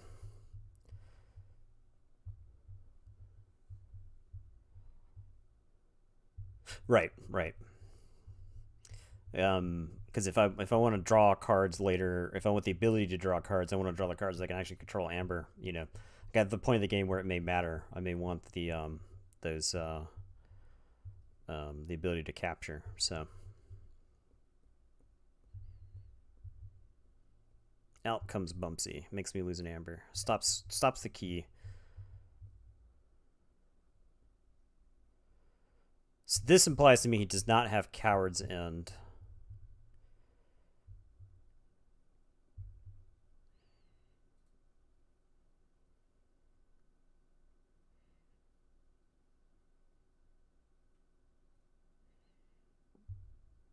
Ganker into Maleficorn or Lou, I wonder.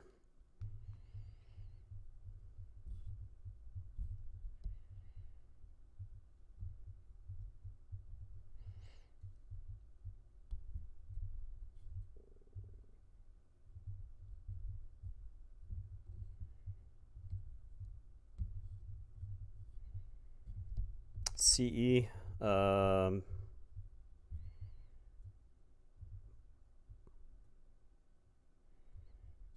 That acronym eludes me right now. Cowards in. Oh, yes. Okay. All right. So we are going to say Sanctum. We're going to put the archives into our hand. He has stunned my Maleficorn. So I can actually Grey Ride in between them to unstun, say, the Infernus. Alright, we will play Commandeer.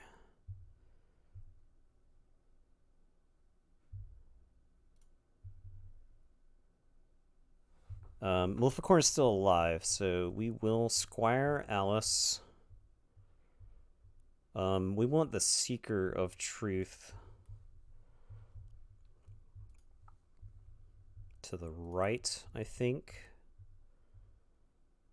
Capture onto the Seeker. We can Grey Ride to unstun Infernus.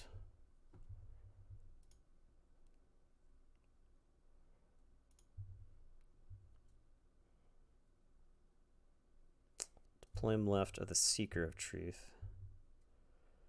We can actually Seeker Truth twice here, right? Because we can Seeker into the Dew Fairy to fight with Infernus and unstun it, and then Grey Ride the Seeker into the Dew Fairy again and fight with the Infernus. Oh, is it Radiant Fight? No, it says you may fight with a friendly non-sanctum creature.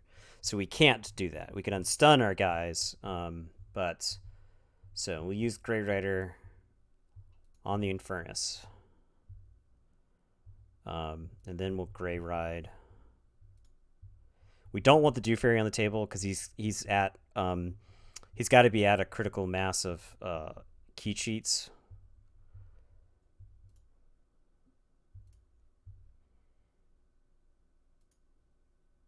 Oh, this ends up not working anyway, right? I just get to unstun my guys. Okay, whatever. Hey, did I not get to... Oh, we didn't have any amber to commandeer. That's why.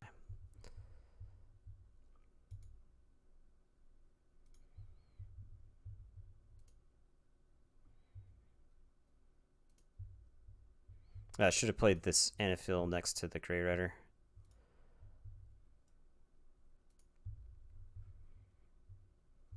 I can double ping the Dew Fury. I was trying to get some extra fights in. I get to unstun my creatures, but I was looking to get extra fights in. Is it worth it to Amber Heart Anaphil? I don't think it is because of Fire Spitter just pings off the wards. So I don't think it is. I think that's just giving him an Amber. Back into Mark of Dis.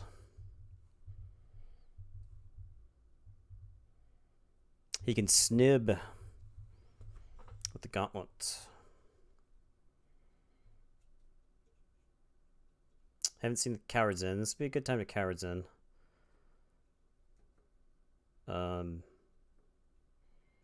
He's reaping with the Fire Spitter, reaping with the Ganger Chieftain, maybe? Uses Ganger Chieftain to fight Grey Rider, okay. Then Cowards in, sure. Snib makes me lose 2. Plays the Iron Obelisk, okay. Reaps with Bumpsy. Okay, so we will just get to skip his turn with this Mark of Dis, I'm pretty sure. I think that's all of his Brobnar, right? 1, 2, 3, 4, 5, 6, 7, 8, 9, 10. He's only got 2 Brobnar cards left. A Screech Bomb and a Valdir are the only things we haven't seen. So we will go into Dis. We are going to Mark of Dis.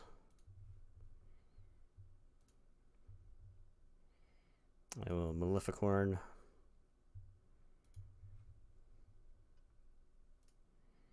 Yeah, Coda Brobnar is some fun stuff.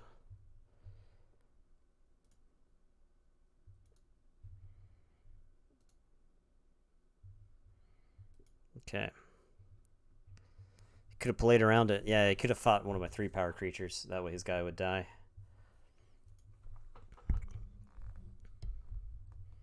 We've got an Antony, which is actually good here.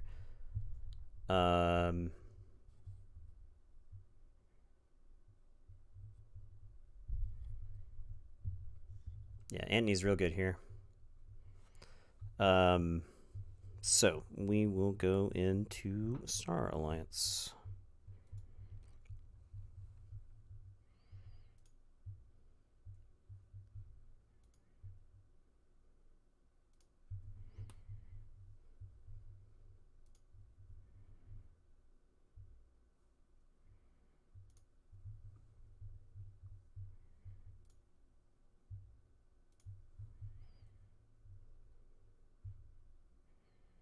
Observe You Max.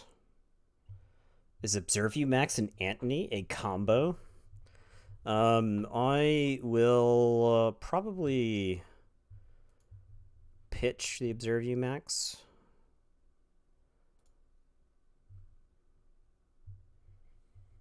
It's defensible to keep it.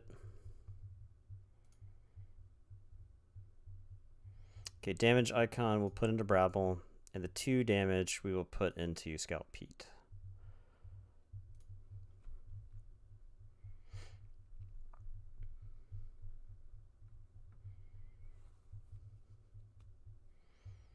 Back to check.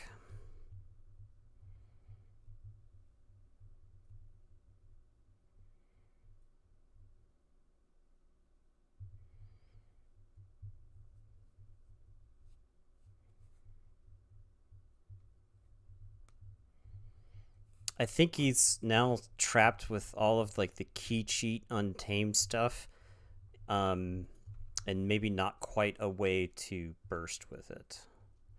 Could have the Dew Fairy, could have Chota, could have Key Charge, may even have the Time Traveler again, right? This could be a Logos turn. What haven't we seen? Wild Wormhole still around. Another Twin Bolt, yes. Phase Shift, yes. Hunting Witch, Dust Pixie, Briar Grubbling, Chota Hazard. Here comes the Hunting Witch. So we have to kill that. Dust Pixie generate a ton of amber.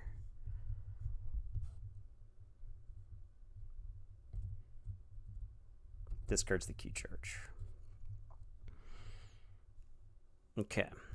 We get our key. We have to deal with these. Just have to. It's not an option. We can go into Dis. We can Reap with the Dust Imp. We can Imp Implosion, Hunting Witch. We can leave the Dust Pixie, honestly. The regrowths are in the discard pile. It would be a while before he gets to them. We don't necessarily want to shuffle the Dust Pixie back into the deck for his drawing.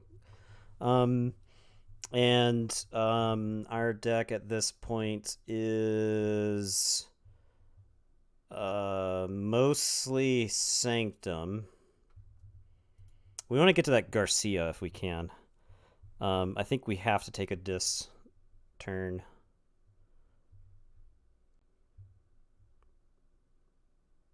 I think I clicked this. We'll click it again.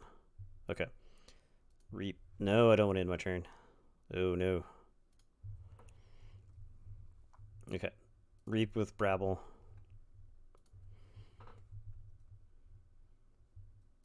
Use the Implosion to kill Brabble. And the Hunting Witch. Play Bonesaw.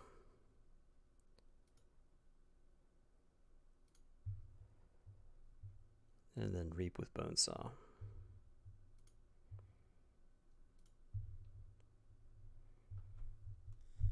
Another market this. Gonna shuffle back around to that. Bonesaw is ready. I don't have the stream deck attached to this computer, so.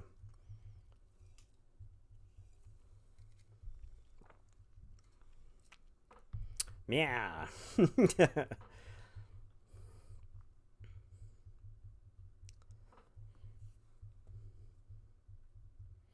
Here comes Timmy T. Yeah.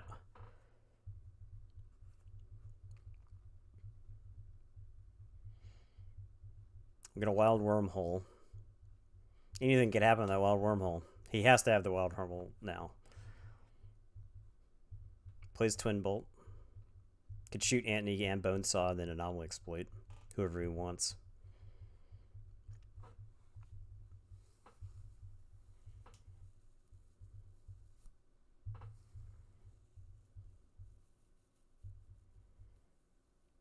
Phase shifts Chota Hazard. Nice. Gets the key. Forges the key. Plays Wild Wormhole into Hunting Witch. Also nice.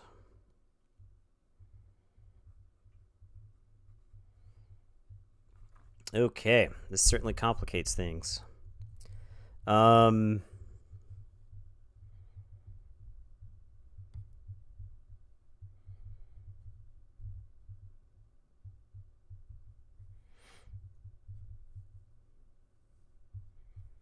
I can Mark of this Chota, fight the Hunting Witch. He can Reap to go to 5.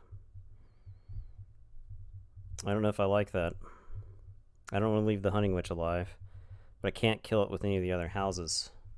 So we have to go into Dis. We can't just Mark of Dis the Hunting Witch to kill it.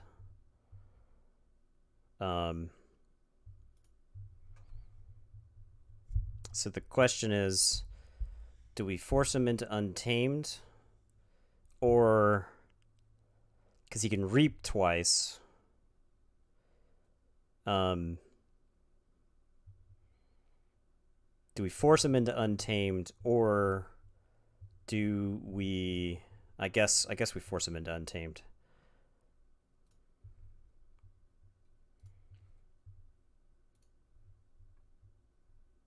If he's got like a regrowth, we potentially lose. Has to choose Untamed. Life Web. Reap. Goes to 6. Plays the Briar Grubbling. I guess we knew he had the Briar Grubbling. Doof Airy.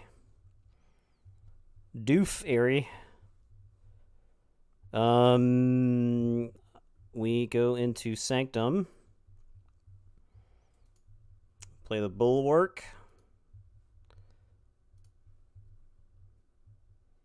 We Squire Alice. I guess we shoot the Chota.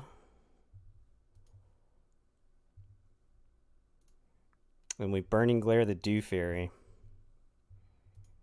If he's got the key cheat, he can... if he's got a regrowth, then he can forge here. Now the question is, do we Amber Heart? I think we do. We lose the game regardless. So we use Amber Heart to keep Squire Alice alive.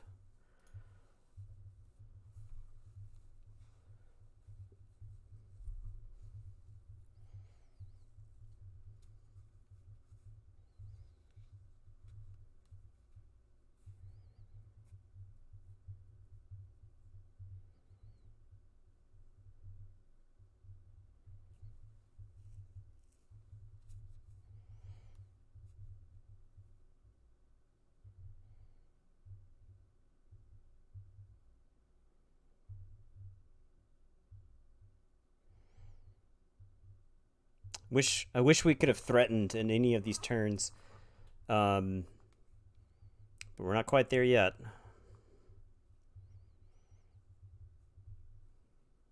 Goes with Brobnar. Snib is certainly a play. Snib sets me back so far. Plays a Gengar Chieftain to crash the Snib. Oh, he can crash into Squire Alice and then Gauntlet the Gengar into Alice.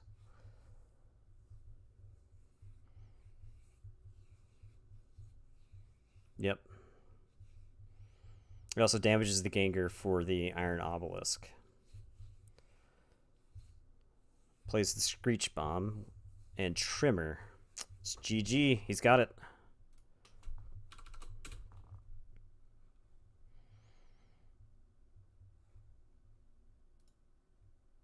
Play it out. Once done, Bulwark. Oh, Grey Ride.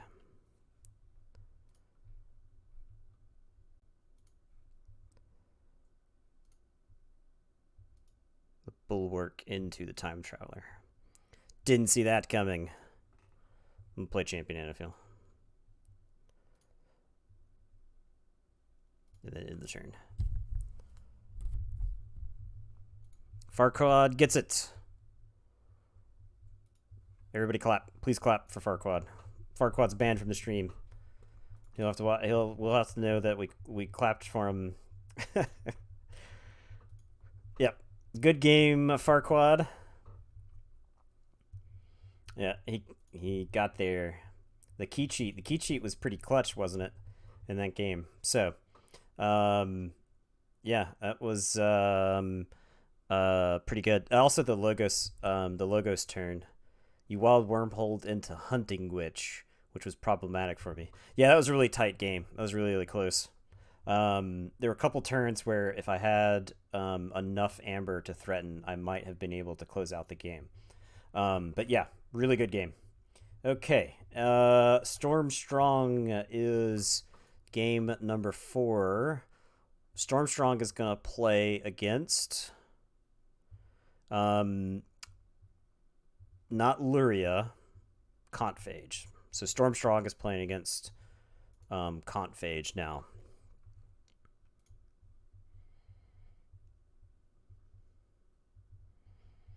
Yeah, I mean, I knew like if you had a decent turn off the mark of this, but I was trying to price you into, or I was trying to minimize the damage that you could do.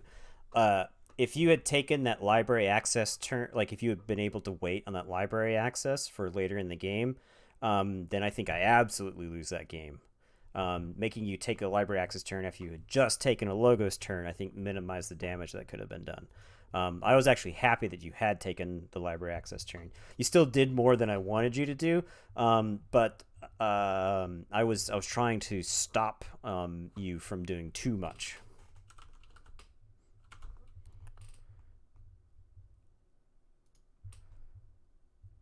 All right, DMing Stormstrong.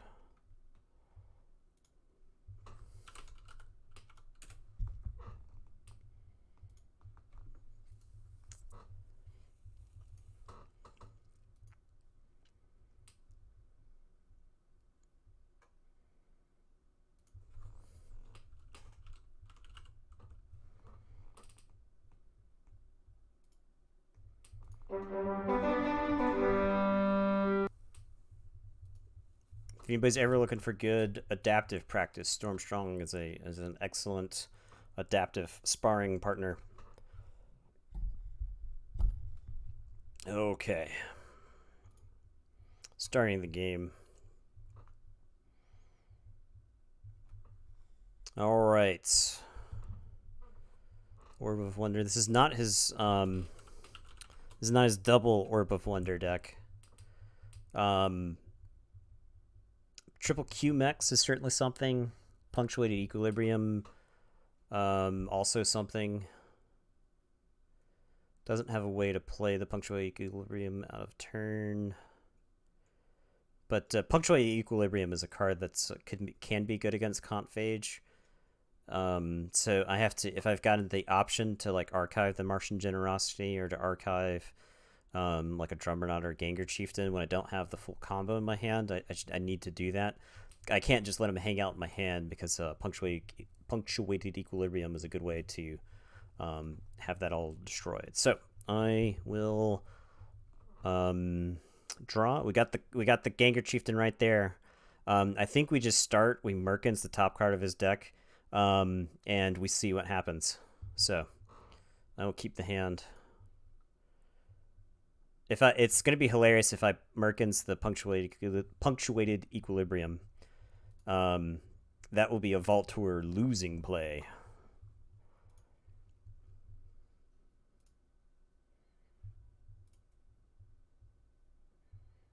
Scout. Okay, I don't think he cared to lose that.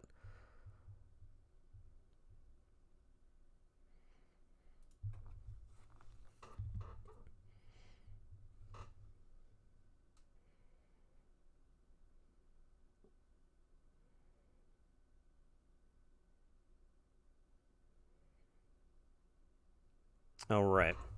So I'm just going to go right back into Shadows so that I can Oubliette the Grey Rider and then play a Gamgee.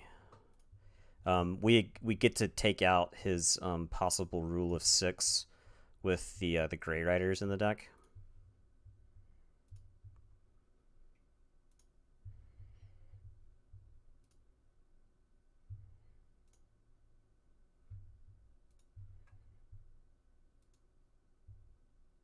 The question is whether I discard the Swindle or whether I keep it. Oh, he's got a Neurosiphon, Eclectic, so that's 1, 2. Sloppy is 3. Lethal Logic is 4. Novi Dynamo can generate some. So he's only got 4 pips and Logos. He has Commandeer, Potion, which he's already played. He's only got 1 pip in Sanctum. Untamed has Scout is gone. Word of Returning is 1. Rapid Evolution is 2. Reclaimed by Nature is 3. Commune could just give him 4. So if he communes, he gets 4. So I hold the Swindle in case he communes.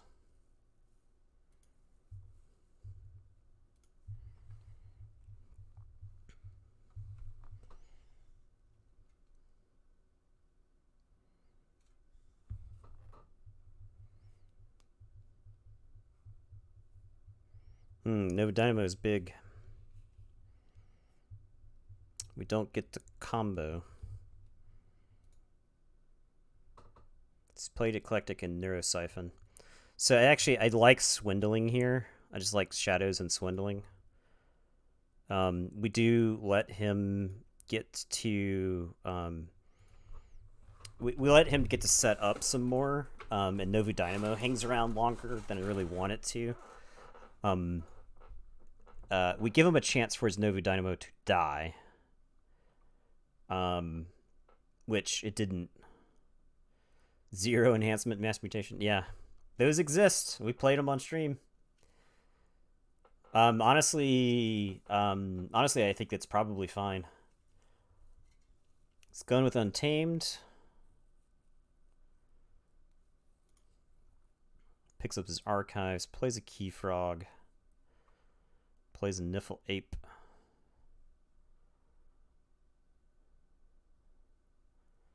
Plays a Dark Fairy, he's going to enrage his Baronon. Plays the Niffle Grounds. PEs. Okay. So we lose the combo. The combo wasn't going to get to work. Rhizoma with the Prime. Appreciate that, Rhizoma.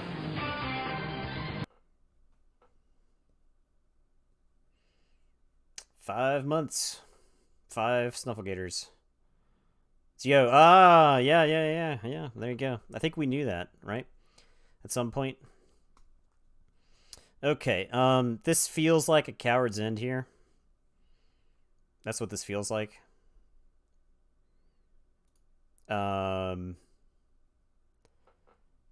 So that's what we do. We'll eat some chains, which will suck, but we'll do it. It's fine. We'll clean up the board. We get to Foozle and Reap because of the Ganger Chieftain.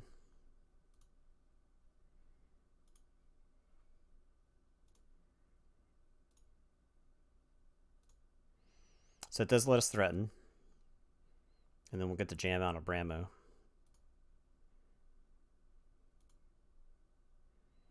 Okay.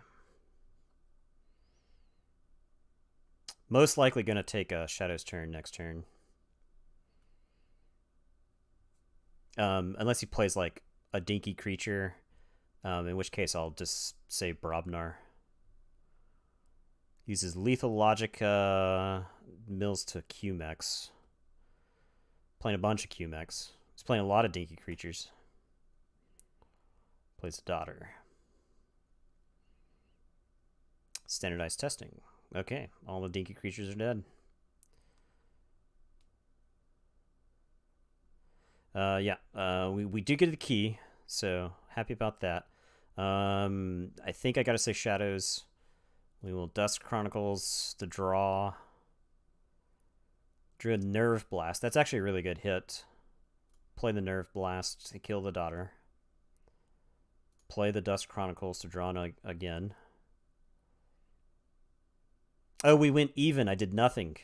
Okay, well, discard Bad Penny and draw up. Looking like a Mars turn next turn.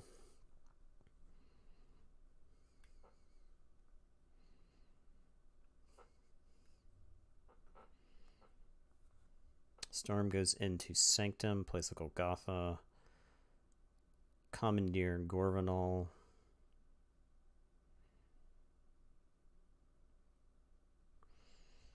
Yeah, I gotta go into Mars. We're getting down to... Got a lot of Mars left in our deck. So we'll play the Mother Gun. Play the Stormcrawler. And then we'll Mars first to Reap with the Stormcrawler.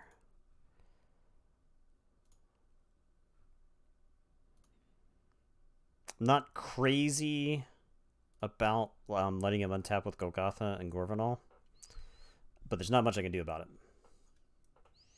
I am playing Contphage again.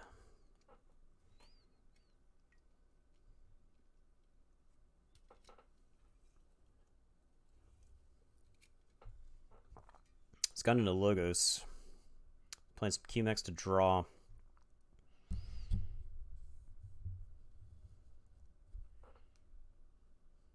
He's gone through the whole deck.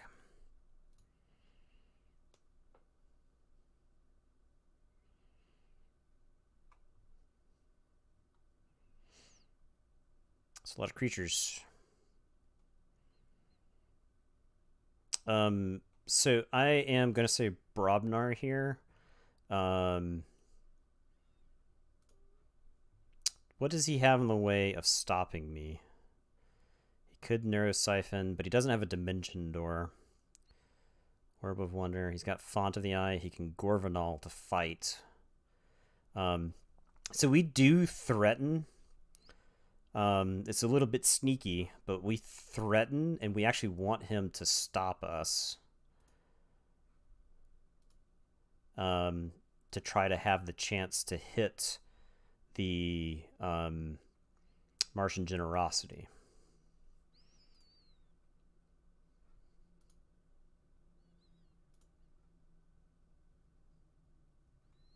Did not hit the Generosity. Did hit too much to protect, though. If Storm goes too high here, we can too much to protect. We also have the nice combo of Orbital Bombardment and Mars Needs Amber. We can get a bunch of damage out on his creatures. Jams of Orb of Wonder, jams of Font of the Eye. Plays a Baronon. Uses Potion. His guys aren't going to take any damage.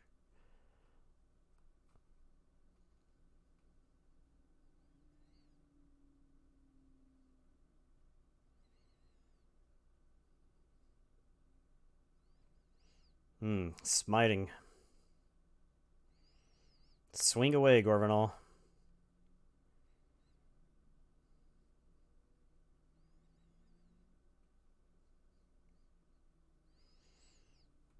Okay. Storm is at 6, so we can stop him. We've got 6 cards left in the deck. We try to hit this. We try to hit the Generosity on the following turn, or we're gonna try. We're gonna give ourselves like a 2/3 chance to hit it. We're gonna go into Mars. We want to Mother Gun something. I think we Mother Gun Golgotha.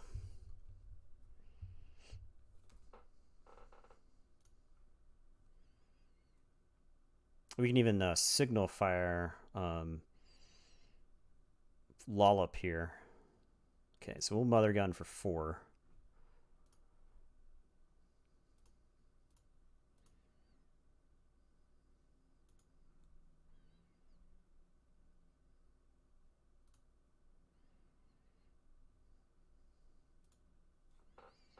All right, we get to dump a bunch of damage on Golgotha. We can then Orbital Bombardment for 3.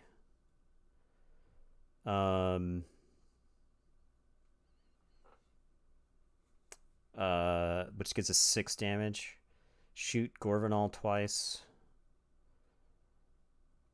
Shoot Umbrabot. And Mars Needs Amber to capture a bunch.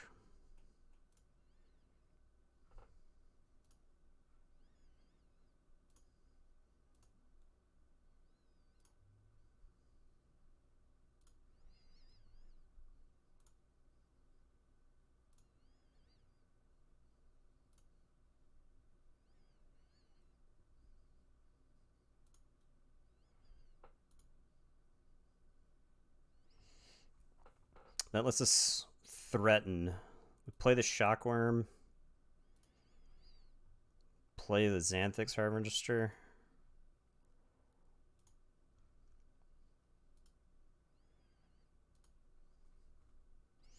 And I think we Signal Fire Lollop so that Lollop fights Golgotha. That way, if Storm wants to kill them, he has to use 2 separate creatures to kill my Martians here, as opposed to just using Golgotha.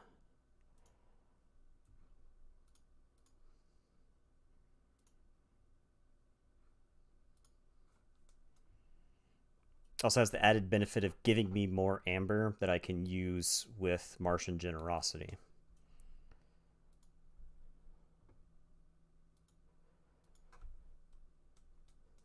Okay, he's moved into Untamed. I wonder if he's hit the punctuated equilibrium. This would be a really bad time for me to get PE'd. But if so reclaimed Mother Gun, okay. If he reclaims and then PEs.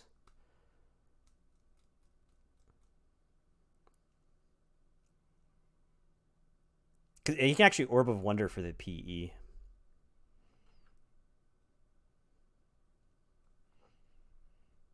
Scout gives him some free fights.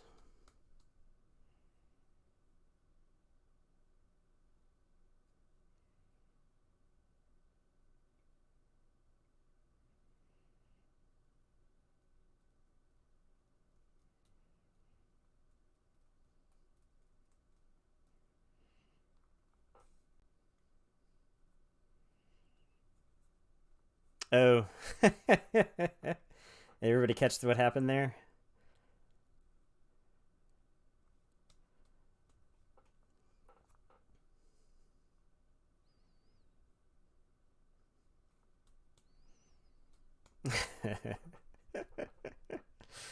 Yeah.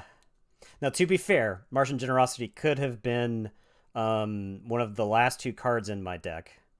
But I had the Martian Generosity in my hand, and because PE makes me discard my whole hand and then draw, I discarded the Martian Generosity, drew 2, which is the Lollop in the War Chest, and then drew 4, which drew me into the Martian Generosity. So, yeah. Not exactly what you want to see, but yeah. Stormstrong fans hate it. All right, we'll go Mars. We will play the Xanthix Harvester. We are going to Mars first.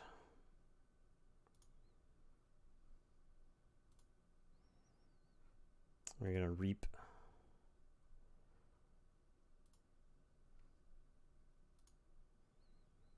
Martian Generosity for just a million.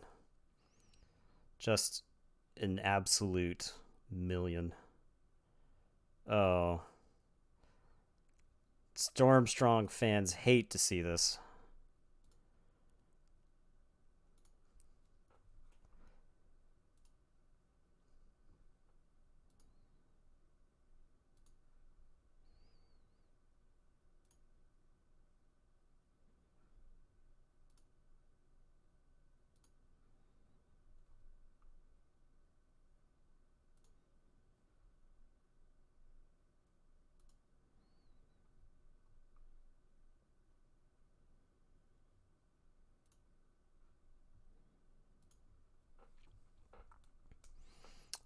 Okay, so Gorvanal is a 10 power. We need so much damage to kill a Gorvanal.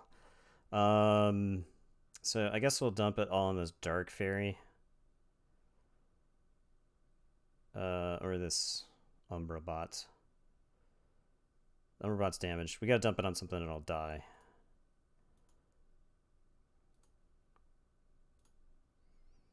Dark Fairy can't, and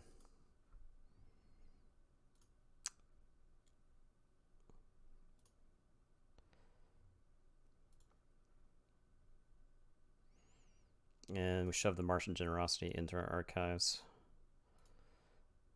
And we tell him to go ahead.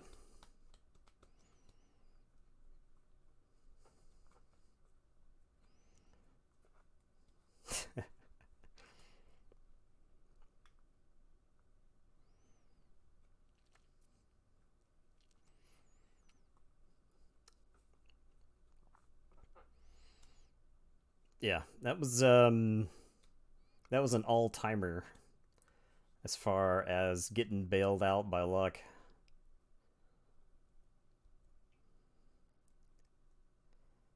That Martian Generosity was gross too, right? I drew into pretty close to the nuts off that off the Generosity.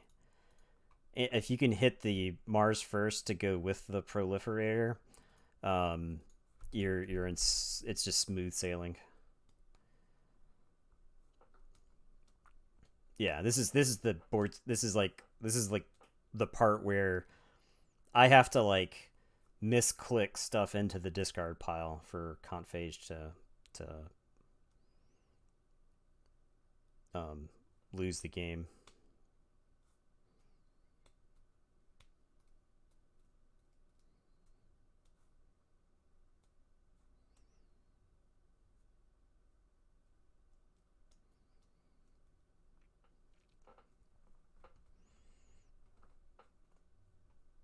All the amber he's generated this game, I've dumped on his creatures.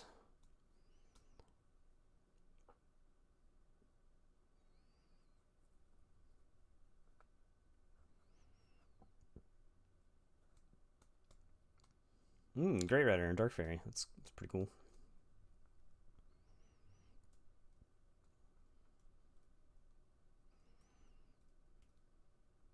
Well, this feels like a Brobnar turn.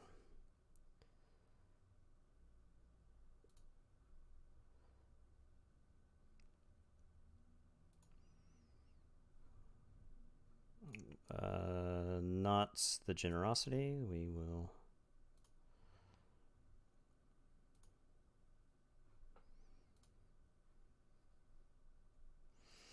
Okay, so this Gorvenal has 5 damage and 10 power. So we have to throw 2 rocks at Gorvenal to kill. We do get to play the Bramo.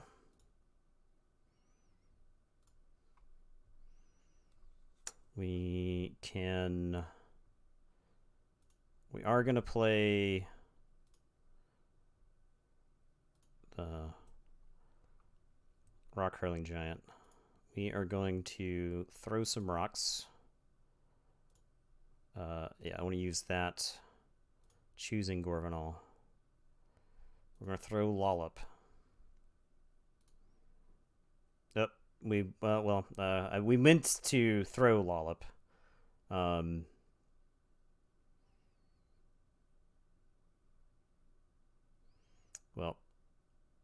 I guess we're throwing the Blood of the Titans now.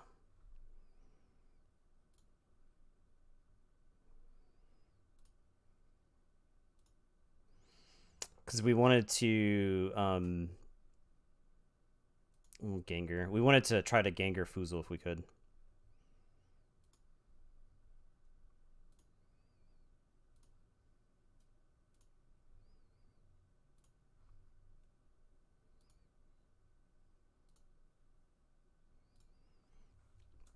Okay.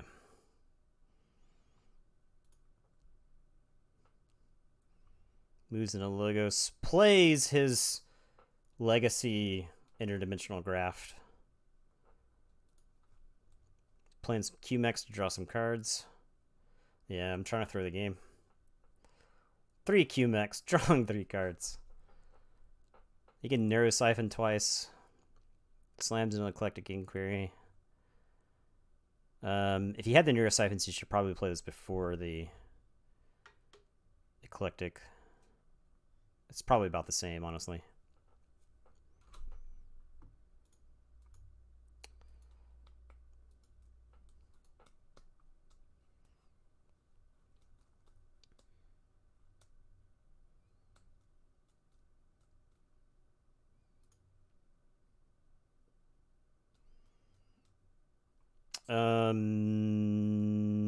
Shadows and Swindle. It stops his key. It puts us to 12. I risk nothing on the board. I get to keep Too Much to Protect and Nerve Blast.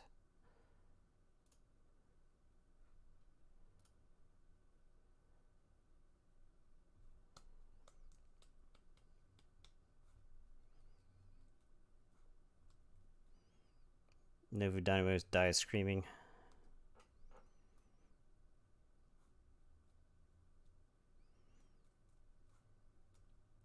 Untamed.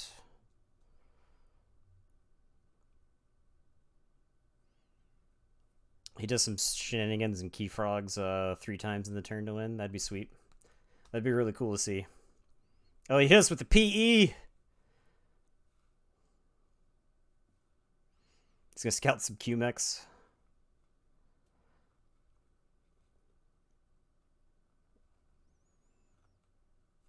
plays Niflheap.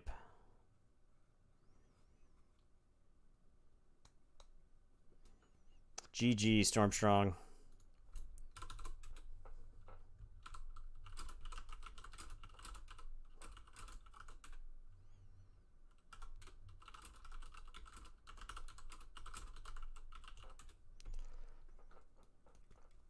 Yeah.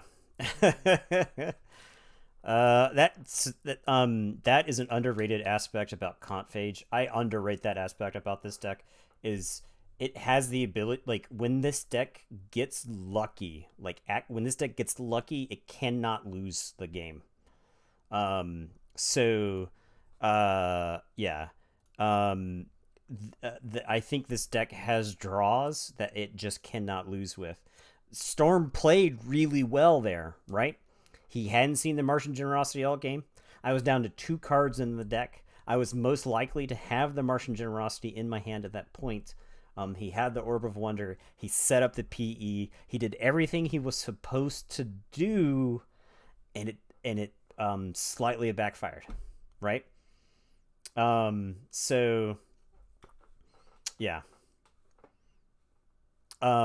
It was in my hand. I discarded it and then drew the Punctuated Equilibrium with the 4 card that I got from the discard pile. Yeah, I know.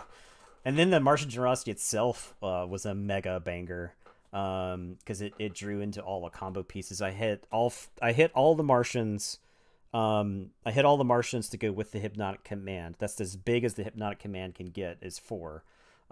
So yeah, it was you played it well. I just got lucky. And the game doesn't even, that's the crazy thing. The final score does not suggest that game was close.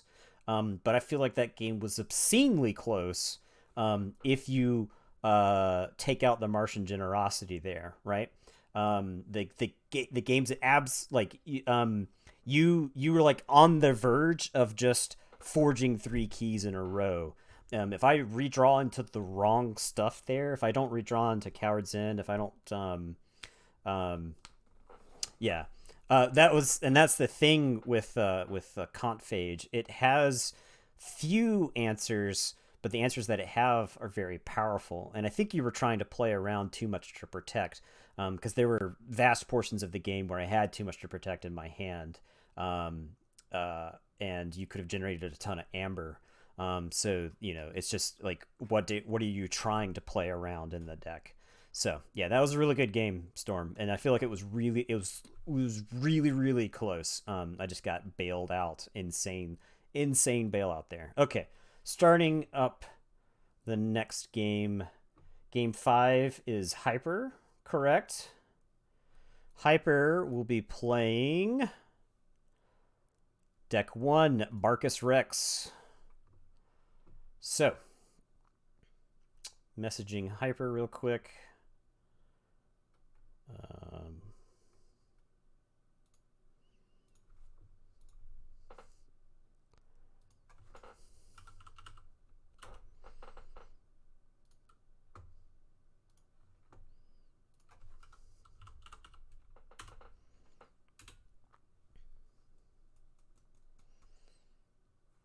Okay, we're selecting Barcus Rex. Barcus Rex gets to play tonight.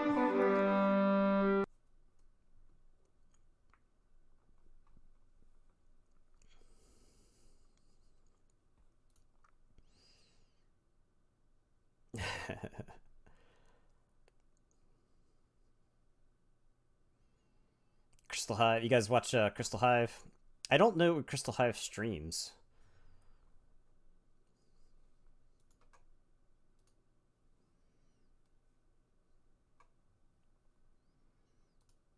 Barcus Rex. It's Barcus, like dog. Barcus. Saturday and Sunday afternoon. Cool.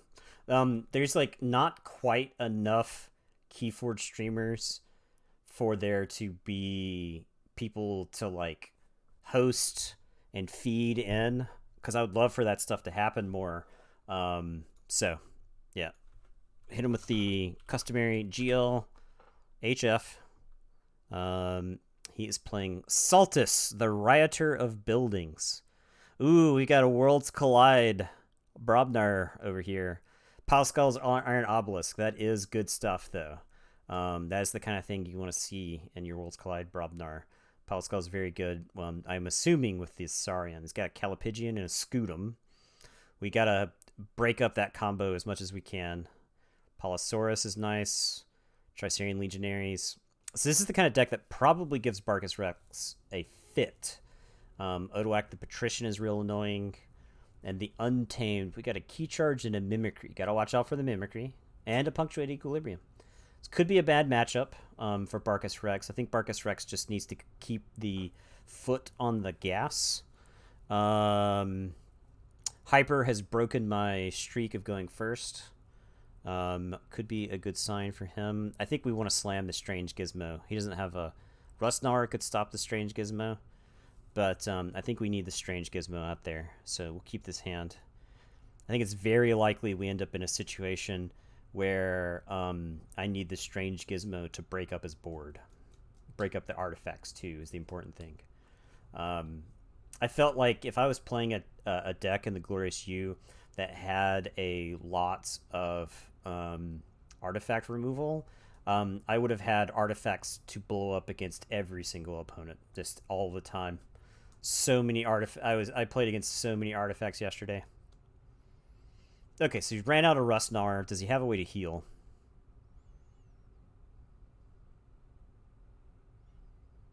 Does not. So we can say Logos. We can Twin Bolt the Rustnauer.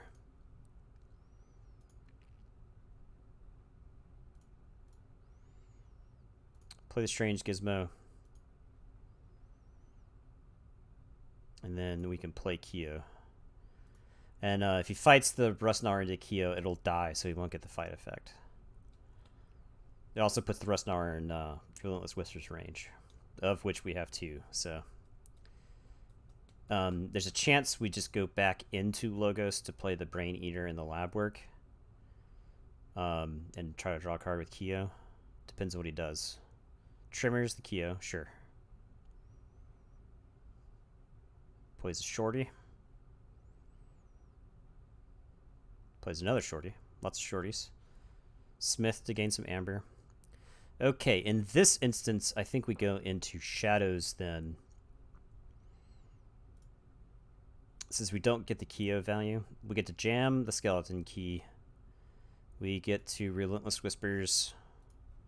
Rustnauer. We are going to play this Moon Cursor.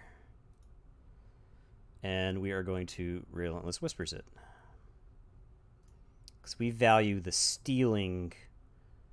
This puts us immediately on check, right? And so he's got to have an answer right here. Or we blow up the board, right? So, and more importantly, we have initiative on the board. He could play some Saurian stuff and ward, like an Odoak Tricerian Legionary would be pretty good for him. Stenopius. Brudon. Legatus. All this stuff looks dead to me.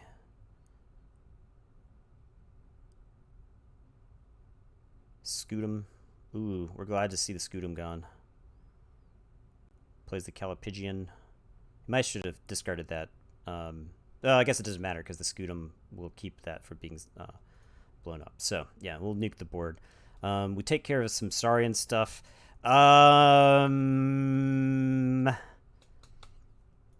We have drawn a lot of our Logos, so this library access looks real bad here. We like this Mighty Tiger, though. Honestly, it might just be...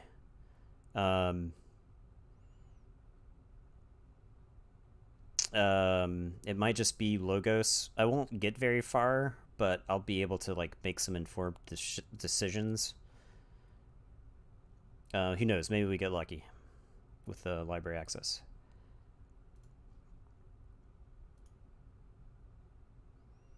Nature's Call. That's a good one.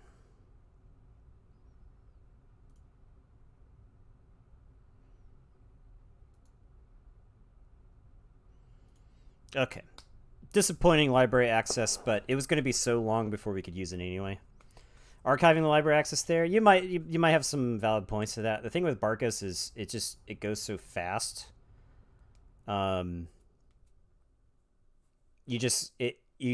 want to play it in that coda style where it's just play as many things, play as much as you can.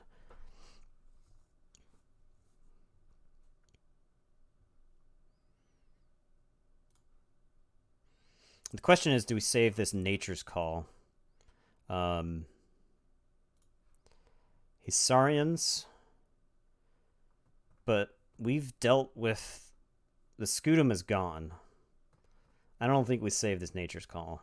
I think we're playing it. Bill, what's up, Bill? Good to see you as always.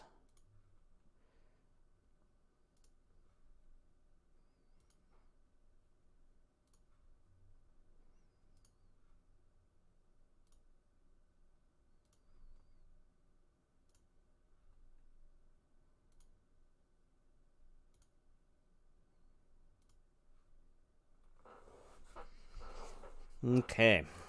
Oh, man. Pretty good Untamed turn next turn.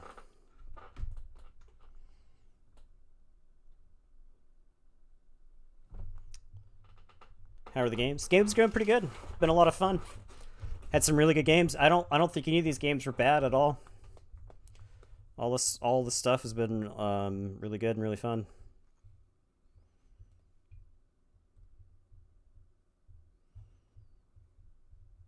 Clicking feels less satisfying. I think I make less mistakes when I click, and I still make mistakes when I click. So,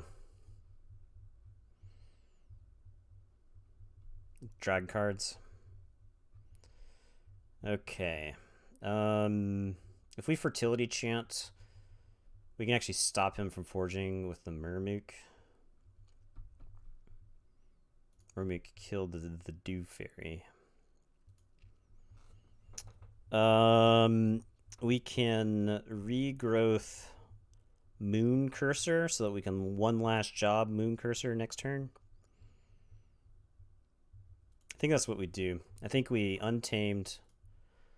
We fertility chant. No in the archives.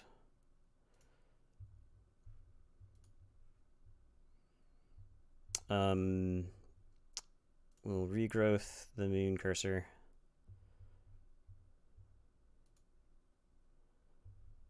We will... Question is, what of his do we kill, or do we just reap twice? We can have the bear kill the feathered shaman for free.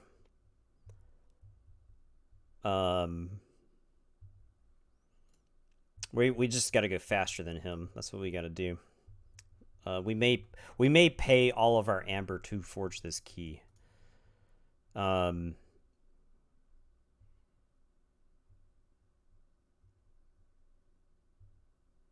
Do we want to take out the feathered shaman? I wonder if the feathered shaman provides too much value to leave it alive.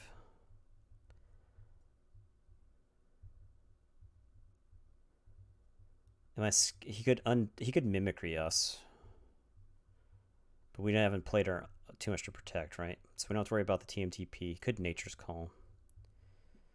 I think we just reap. I think we are a forward-thinking Coda Rush deck. Goes into Saurians. Does have a Reader Gallums. The Reader Gallum will actually stop us from forging, which I'm not entirely sure he wants that.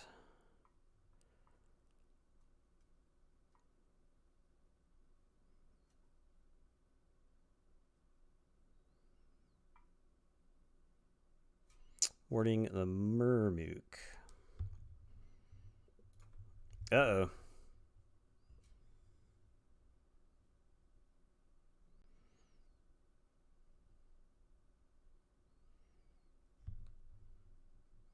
No tributes, right? And the Scutum is gone. So I think we say Shadows. We may pay 10 for this key. We just might end up paying 10 for this key. That's how it's going to be. Yes, we'll put the archives into our hands. We'll play this special delivery. We kind of need to find our neutron shark.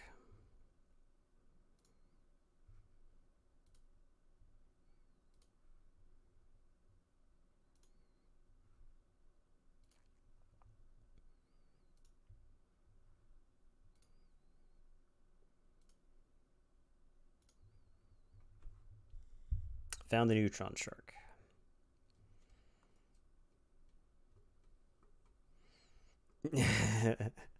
Yeah. Call me Al Capone.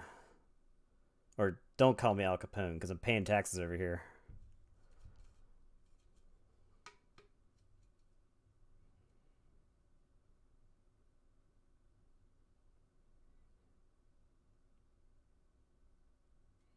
God, Barkas is a fun deck to play.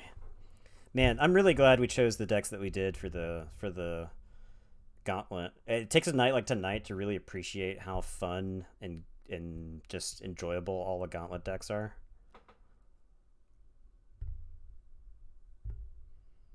Imperium to ward. Okay, that's actually bad.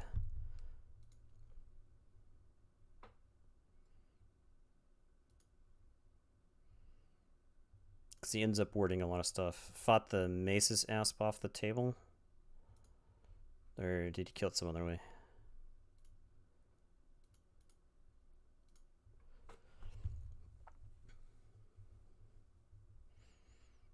The Reader Gallum is not warded now. Can we get to...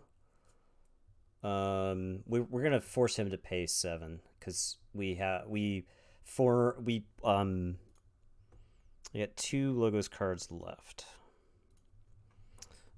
This is an asymmetrical war, right? Like I generate more amber than he does, so I can afford to pay 7 and 10 and all that stuff for my keys, whereas he cannot. So we can... Do I have a way to damage creatures? I can special delivery, and then phase shift vigor to get 2 puts me to 5. 6 with Fogify. Neutron Shark kills Reader Gallum, puts me to 7. Okay, so we say Logos. We play the Library Access. Sorry, Library of Babel. We pop the special delivery.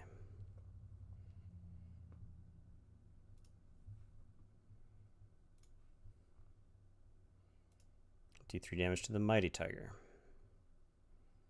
We phase shift. Vigor.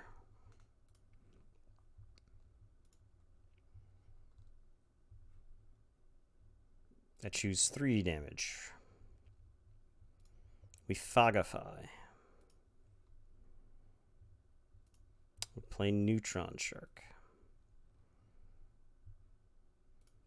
We choose Reader Gallum. We choose Library of Babel. And we hit a Logos card, so we stopped right there. He can't fight, so we can end up in a situation where we just reap with Neutron Shark on the next turn.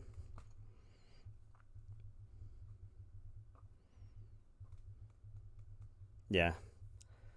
No, you can't just destroy any number of creatures and artifacts. Neutron Shark go brrr.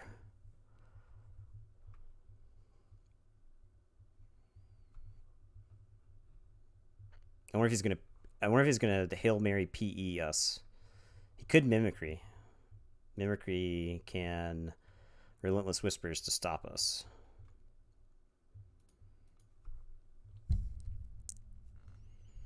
Reaping 3 times.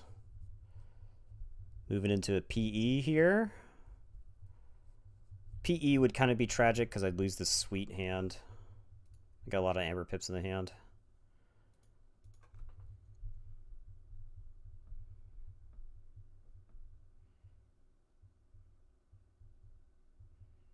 Yep. Well, it would have been sweet if he had PE'd to discard, because he could have discarded TMTP when I was at like 13 or something like that. That was a play I did not anticipate, right?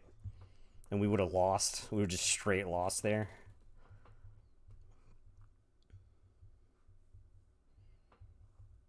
Neutron Shark forced you to rule 6.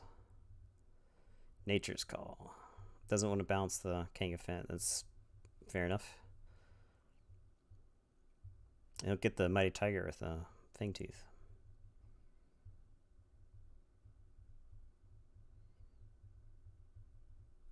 Hilariously, him bouncing the Ancient Bear gives us a an Amber with Full Moon.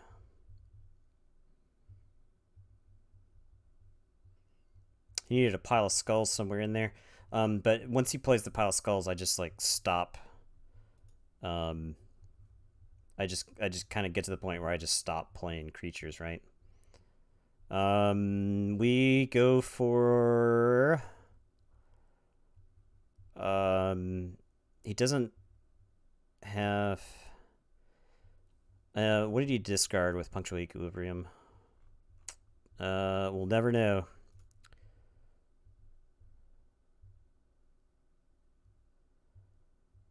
Odoak. So I need to get 2, because he could have Odoak, right? Unless he has drawn back into the Reader Gallum. If he's drawn back into the Reader Gallum, there's not much I can do about that. So Untamed is good, because we'll get the Common Cold here. Removes a bunch of words. We'll play the Full Moon. We'll play the Ancient Bear. That'll give us an Amber. That'll put us to 8. That'll get us to the place where we can win, assuming he doesn't have Reader Gallum.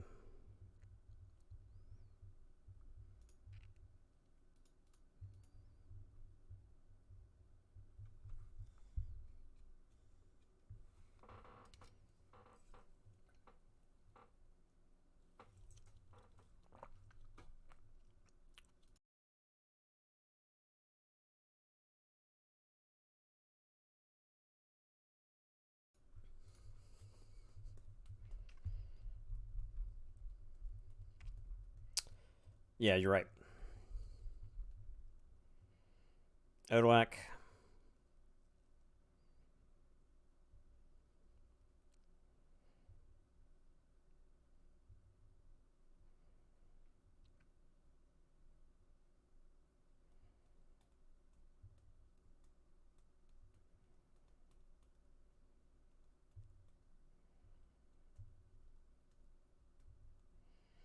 Odoak's ability is actually relevant. Who takes Brobnar turns in Worlds Collide? GG. He mounted a heck of a comeback there at the end there, right? Yeah. All right, that is a please clap for Hyper. Hyper fought valiantly. I think if he had gotten, I think there were several turns where if he had gotten the pile of skulls out, I just have to like start discarding creatures, right? This is Barkus. This deck just goes so fast that it's hard to keep up with, right? We paid 10 for that. We paid 10 for the second key and 7 for the last key. So yeah, it was a good game, Hyper. That's why the taxing is so good against Coda decks, right? Yeah, I got that first key. The thing with Barkus is it's always getting that first key far before you anticipate it, right? I don't know if you meant to play all that Saurian stuff into the Strange Gizmo, or if you wanted to wait. The Strange Gizmo is just an incredibly powerful card. It's just I think it's just one of the best artifacts in the game. Yeah, Strange Strange Gizmo will get you, right? Like it's a bigger whoops than Hadros Wall. So all right, last up for the night is Nihil. Nihil's still here. Would have used the board. Yeah, exactly. You either have to use the board or take the turn to play actions. Strange Gizmo does give you an opportunity to just throw away some stuff, which is nice. So if you've got a turn where you're trying to get rid of some garbage stuff, you could definitely take that turn off, basically. So let me make sure I did this correctly. Okay.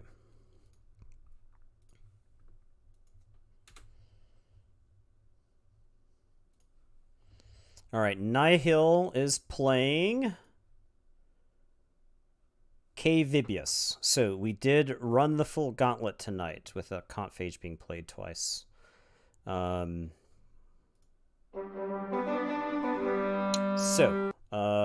Get to play some Keyforge, which will be fun. I love this deck. This deck functions differently than the other stuff I've played tonight. So, we hit Nihil with the GLHF.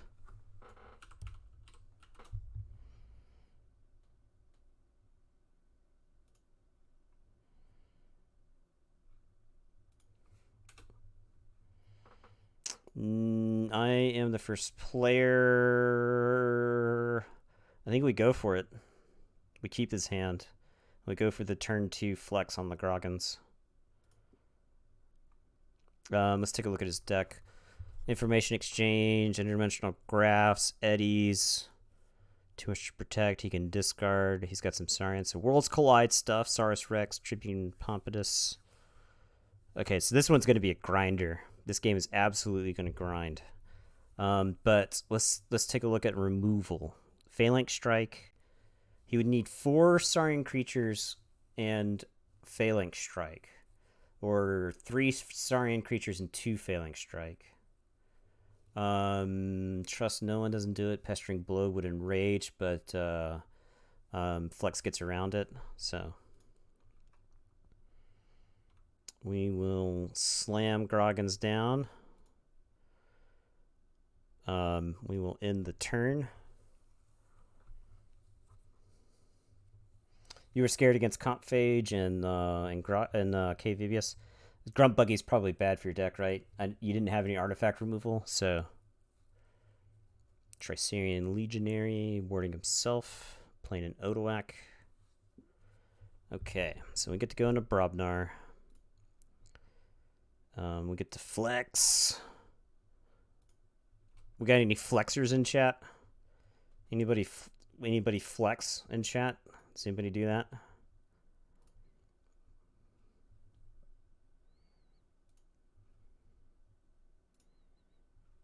Code Red does. Farquaad does. Bill does. Hyper does. Andrew does not. Lord of Winter does. Bill does twice, in fact. Bearded Archer flexes.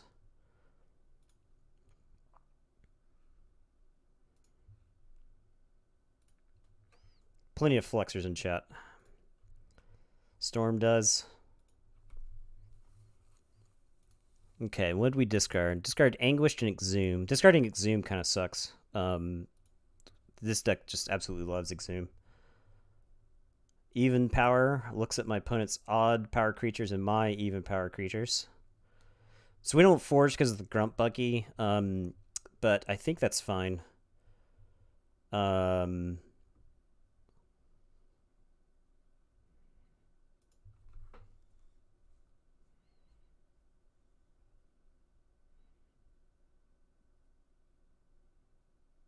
Trading some stuff off. Interesting.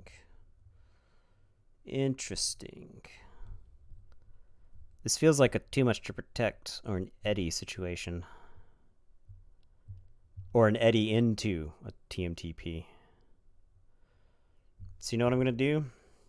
We're going to take it slow. We're going to take it nice and easy. We're going to play Foozle.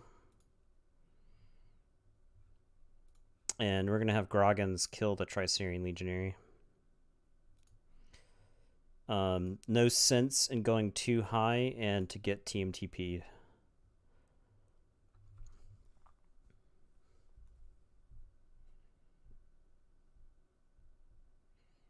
Millie could have been another reason for him to take that bizarre turn too, right? Candle units. So candle unit keeps us from forging. We can go into Sanctum here, I think. Does he have anything else to punish me for having too many creatures?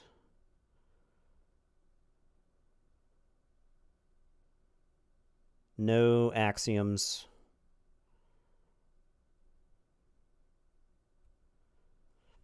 I think this is a fine Sanctum turn then. Like, we don't want to generate too much amber. We can give him one with too much to protect. I think that's fine. We're so far ahead. He also has Ronnie. So we'll go into Sanctum. We'll discard the Opal Knight since it kills Groggins. We will harder they come the Candle unit. I don't feel like dealing with that creature. And then Blinding Light, honestly, is really good. So I think we hold it. We just sit at 6. We just stubbornly refuse to play into TMTP. We vehemently and adamantly oppose playing into TMTP.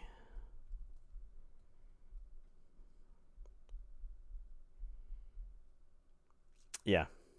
If you can keep setting up the buggy. It just the TMTP is the only thing that makes sense in his hand, right?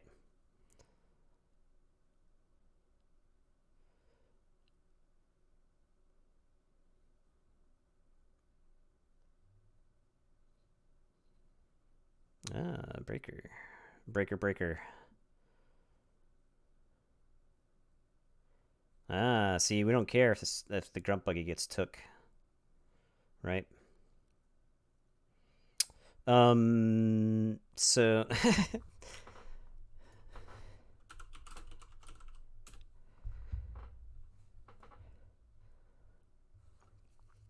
okay, so this feels like a good blinding light moment. Get a snack lifter. This feels like a good blinding light moment. Because I'm blinding all these shadows creatures.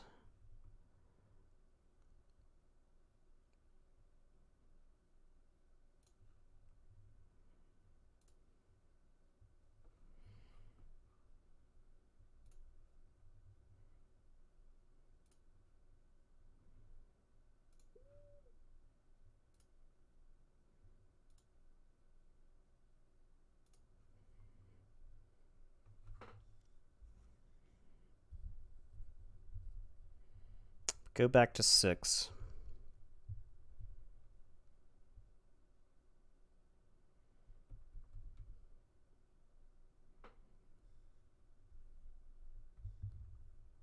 You're gonna let me forge for 6, Niall. Give me this first key. Give me this first key so I can move on with the game. This is one of those weird board states that's like impossible to describe. Where both players feel like they're playing suboptimally to force the other person to make a mistake first, right?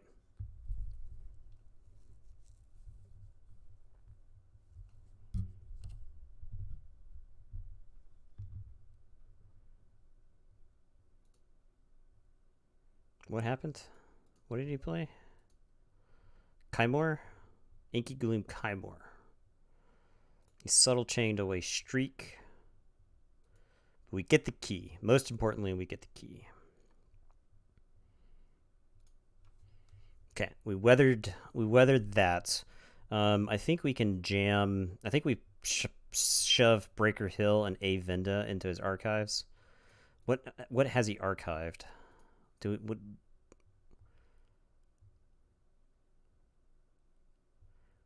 How did these get into the archive?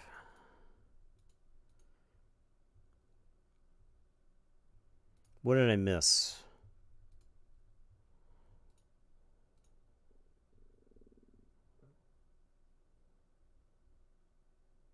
Millie. Dr. Millie, yes. Thank you, Lord Winter. Dr. Millie, put those there. So, I'm going to go into this. We'll play Tesmal.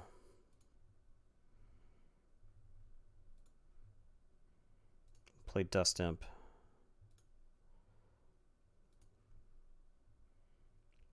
And then we'll start banishing. Begone, Breaker. Begone, Avenda. We don't want to put Hugger Mugger back in his archives because he gets to steal, so. He may have put, it's possible that he put too much to protect or a Ronnie into the archives. Because you don't know that you're going to need the two. You don't know if you're going to get to play the too much to protect usually, right? That's the kind of thing you want to save. It's unlikely that those were. Could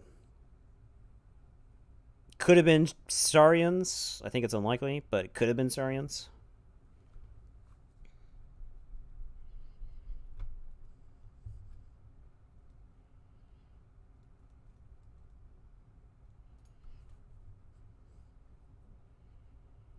We have to keep his board curtailed because of city-state interest. Saurus Rex. Well, probably saying Brobnar and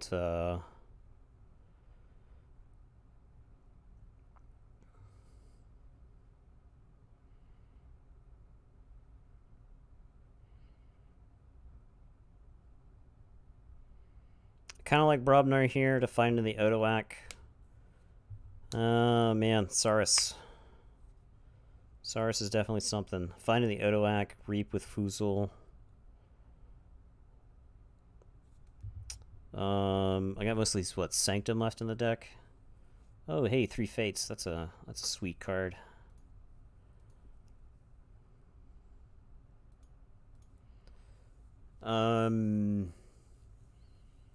Can also play this, take this Sanctum turn. He can Snecklifter. Hedros Wall getting Snecklifter is kind of bad. He did shuffle in the Snecklifter, so he can draw back to it.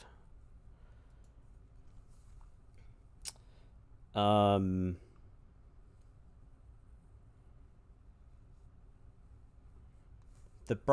Sanctum stuff gives him like a bunch of problems, but I like put a bunch of questions on the table. I'm like, hey, do you have some answers for these?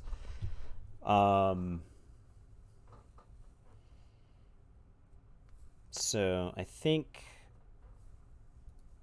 I like Sanctum here. Brobnar is close because we can fight Odoak, but I don't necessarily want him to be able to Saurus Rex and get whatever he wants. Because he could get like city-state interest or exile. So, oh, Niall's disconnected. Niall's back. Okay, that's good. Oh, whew. Okay. We'll go Sanctum. We're gonna discard the Hadros Wall because I don't feel like having that Sneck lifted. We will play Maruk. Play Maruk on the left. We'll play Lion on the right. And then we'll play a Bond. Okay. 3 Fates, that's good. Very likely going to need the 3 Fates. Equalize, also pretty good, right? I can equalize all of the amber that he's got on all his disparate Saurians and then slap him on like one creature that I can kill. Like if this Stenopius gets really, really big, we can kill it with equalize. Or we can use the equalize to dump it all in Stenopius before we 3 Fates it. Got a lot of options there.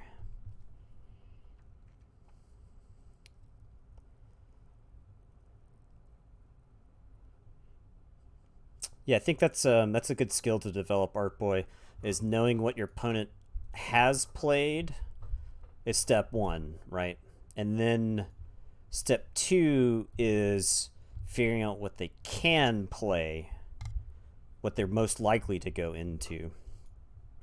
Saurus Rex is powerful because it lets them take back-to-back Saurian turns because you're getting to play the best Saurian card that you can in that situation, so... I get spoiled by the Crucible because you can just click on the discard pile and count stuff really quickly.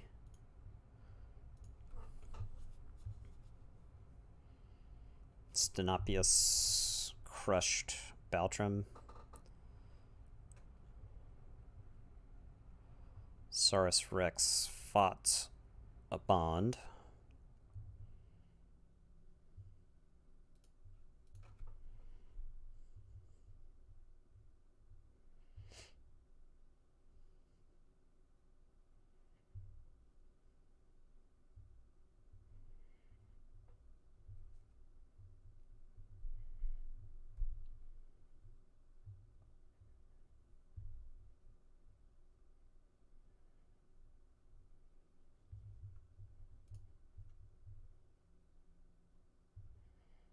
So we got an even split between all of our stuff.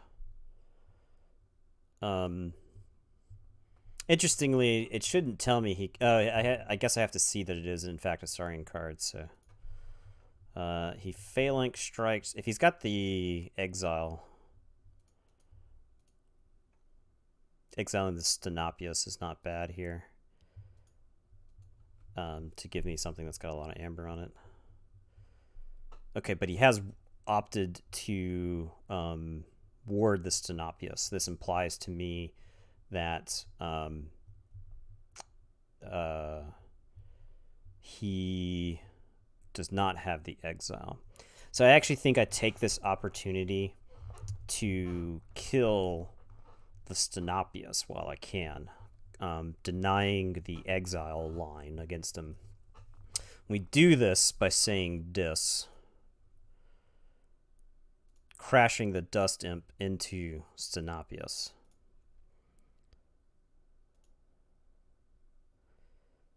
We play the Schuler because we want to 3 fates the Schuler and not our Fuzel.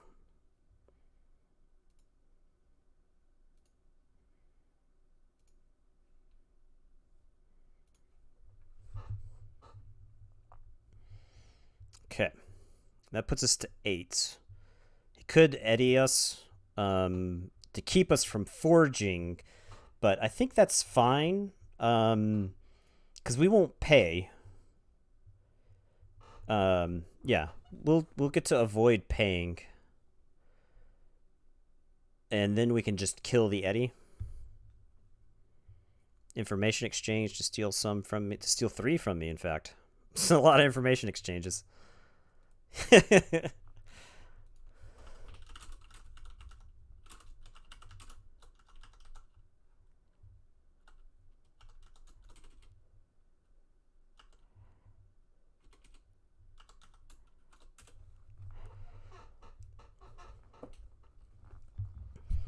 Okay. So yeah, we've got 6 cards in the draw pile, and I will. We could equalize all of that amber onto Eddie, and then 1 stood against Mini to kill Dr. Millie and Eddie. I kind of like that play. Because I got 2.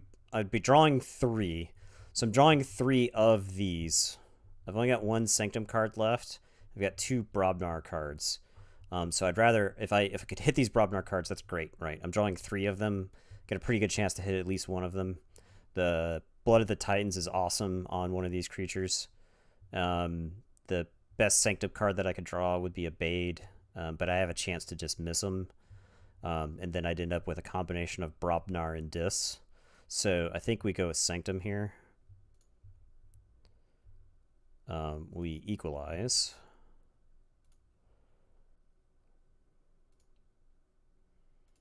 Dump it on Dr. Millie. We play Derek. If we were able to keep a disc creature from the last turn, that would have been pretty nice. We 1 stood against Minnie. We choose Derek. We choose Millie. And then we choose Eddie. And he's dead. And then we're done. Okay. So we did manage to hit the Blood of the Titans. keep him from forging once again with Grunt Buggy. We get a 9. He could eddy us again, but we won't have to pay. Because he's got such a big archives right now. Two of which are like mediocre shadow creatures, right? So opts to go into Saurians. Plays a Theros Centurion. Okay, so this would make us pay 8 if they live. Reaping with Saurus to go get something. Gets Tribune Pompatus. He's going to play the Pompatus. That'll actually stop us from forging. Oh, and then a City State. Okay, yeah, City State will definitely do that. Okay, so we have to kill this Pompatus if we want to kill any of his other creatures. So we are gonna jam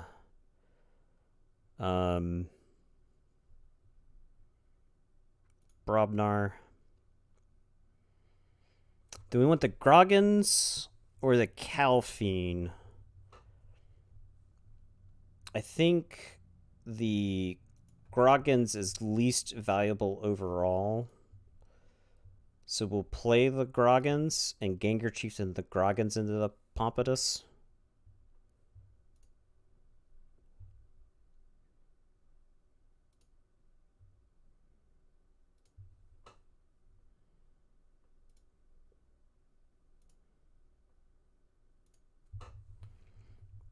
And then we play the Calphine.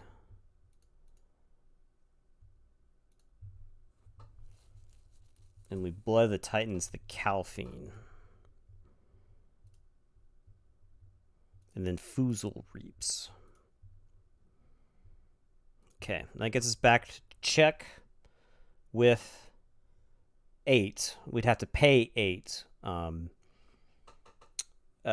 He could take a Saurian turn and like reap with Saurus and then exile it to us and then like kill it with Theros Centurion to get a bunch of amber, but that doesn't answer any of the Brobnar.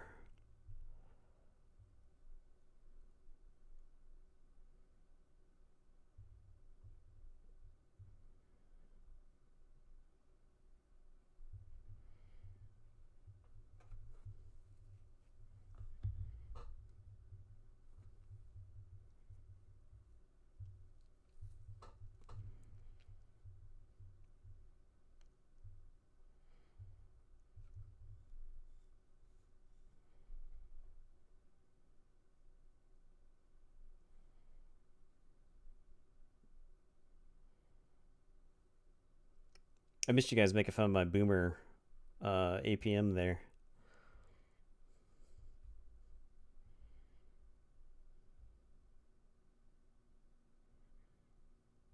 Honestly, learned a lot watching me play on the Crucible. That's pretty cool. Trying to look up the opponent's deck list for Crucible, so to develop a habits of person, discard something, price review in person more.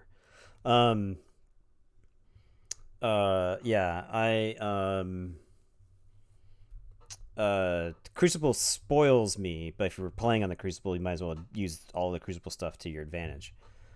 So blames lag. Yeah. Who am I? Creparian? Am I right, guys?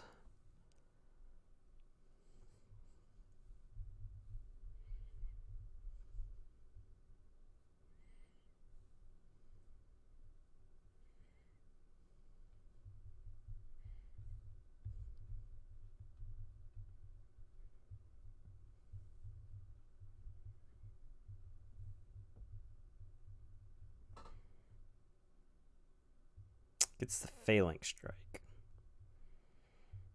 Could Phalanx Strike and then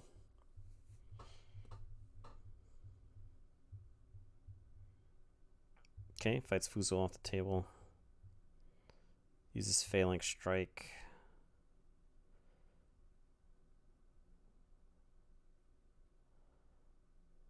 Takes out the Chieftain. Then exile, perhaps.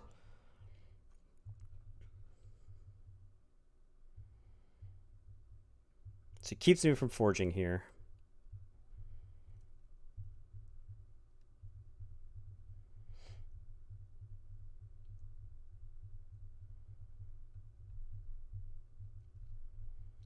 Do I like... I think I... well, I'll tell you what. I think I like saying Brobnar and fighting these off the table to prevent the exile from happening. He can eddy me for a bajillion, but he's got 7 amber there. I could pay a ton to forge this key. I think I'm fine with that. Could also Shadows of Dis him. We'll take this amber while we can. We don't want him getting this amber. Coward's End, we'll toss. I don't think it's worth holding on to the Coward's End there. Calphine fights the Theros-Centurion. Oh, he does have a TMTP. You're right. We could be playing into the TMTP.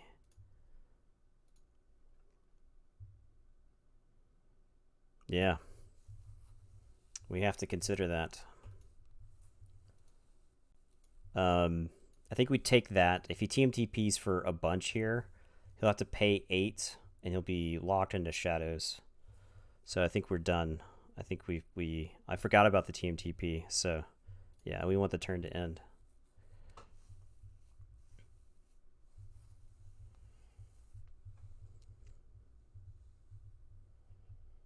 I think we try to get him to crack the TMTP for as little as possible. And I don't think I was going to get into a situation where I wasn't going to crack it for like a lot, right?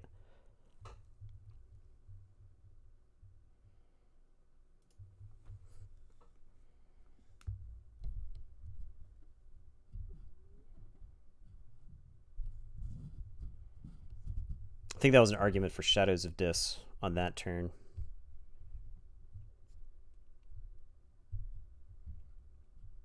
We keep him from exiling. I think he's out of Saurian creatures now. Right?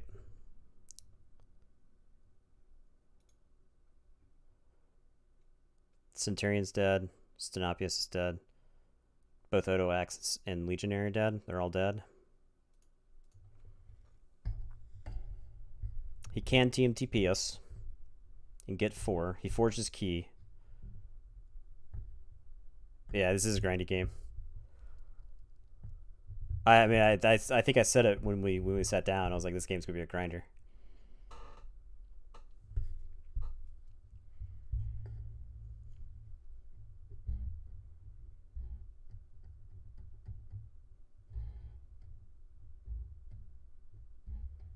Goes in the Shadows, picks up the Archives. Okay, so that eliminates Eddie right there. Okay, we'll be lucky.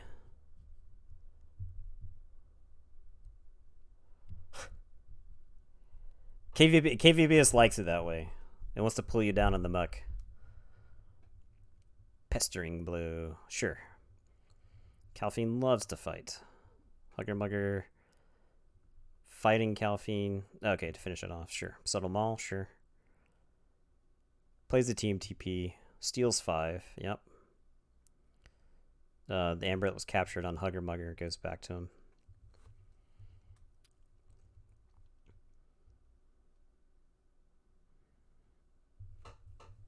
The question is, does he Ronnie here? Or does he let me forge? Plays A Vinda, sure. Breaker Hill, probably.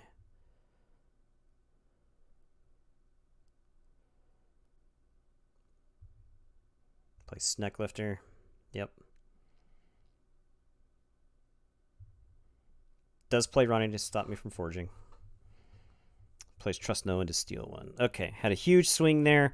So we're going to go into Dis so that I can Shadows of Dis and just blank all of his Shadows creatures so he doesn't just like reap and win. And then we're going to banish the Saurus Rex. And I hope that's enough to let me forge. Eddie will not be blank at the start of my turn, but Eddie won't be able to archive. So we'll go into Dis. We will Binding Irons. We'll play the Amber Imp. We are going to Shadows of Dis.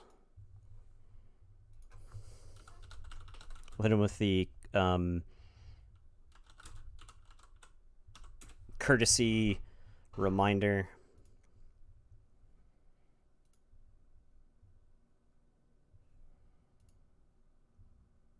Thesaurus Rex in there. We'll go to 10. Ooh, burn the stockpile is good. Wish we had burned the stockpile a turn before. Flex is good too.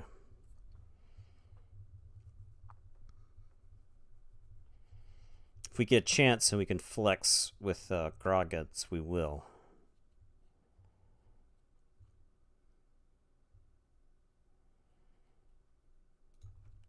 Could play Keylock here. Oh, he plays Interdimensional Graft. There's so much taxing in that deck. What an annoying deck to play against. You can't play against it all. It's actually crazy how much you can't play against everything in that deck.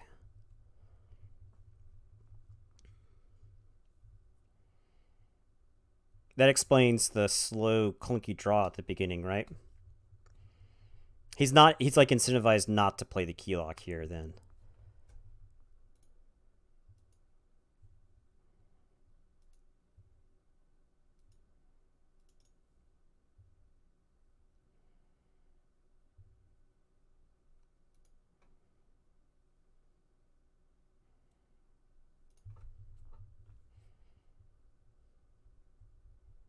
No, he had eddies and stuff.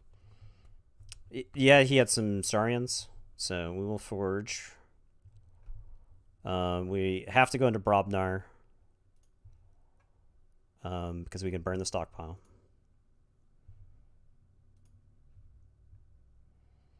Play the Ogopogo.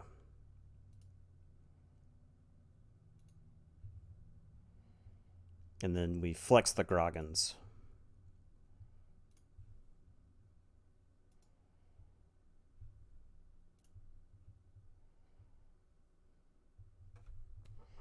Okay. Schuler is nice. I don't think Grump... I mean, I've forced him to pay more for each key than 6. I think my mistake was forgetting about the TMTP for slightly too long. It's possible I should have killed Saurus Rex. That way he can't bounce between the Logos and the Shadows back and forth.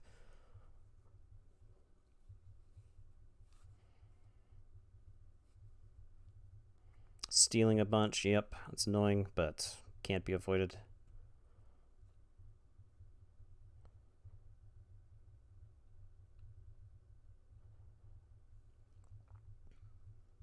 Trust no one to steal. So he's up to 10. We can Abade and Lion Baltram to stop him from winning.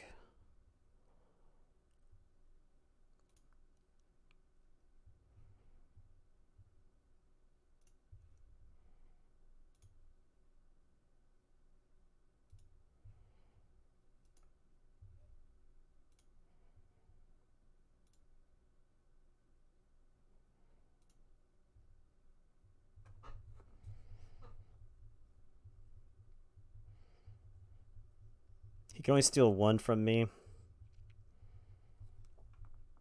Does he have board wipes? I don't think he's got any board wipes.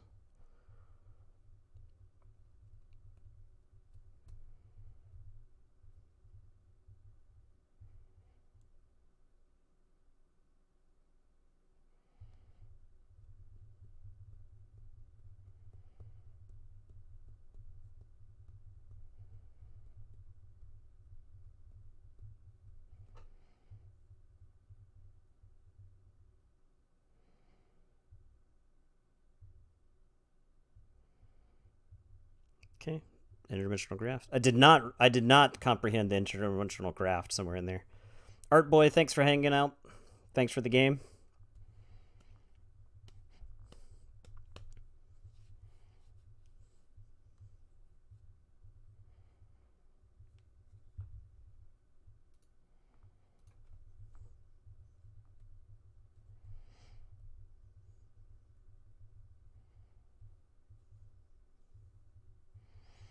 Okay, his key cost is 9.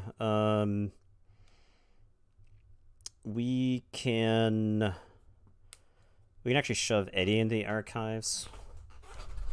I think we have to say dis.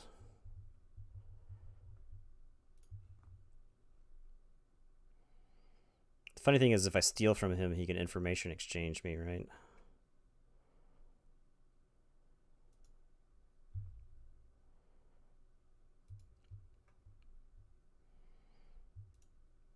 Shove Eddie in the archives. We'll jam Tesmal.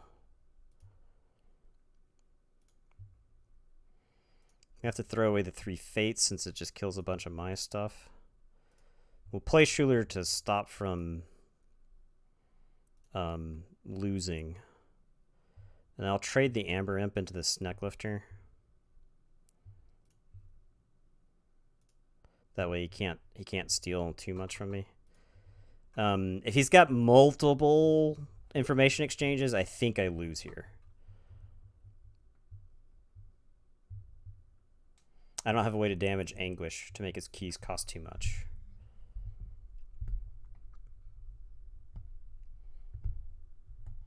I mean, he stole 8 plus Amber from me in this game. He played it well. I was not playing around Interdimensional Graft, and I was not playing around Too Much to Protect. I played it around Too Much to Protect for the beginning of the game, but having both is very, very annoying. I think I have to have the Grunt Buggy. The Grunt Buggy is absolutely essential. Yeah, he's got 3, right? So the chances of him having 1 are pretty high. There's no Grey Rider in this deck, I don't believe.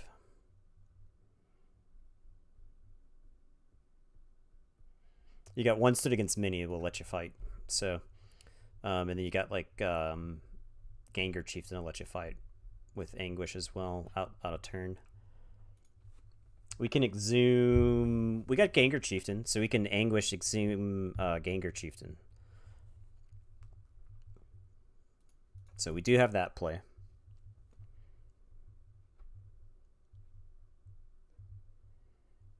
And we could Tesmal to keep him out of shadows, probably.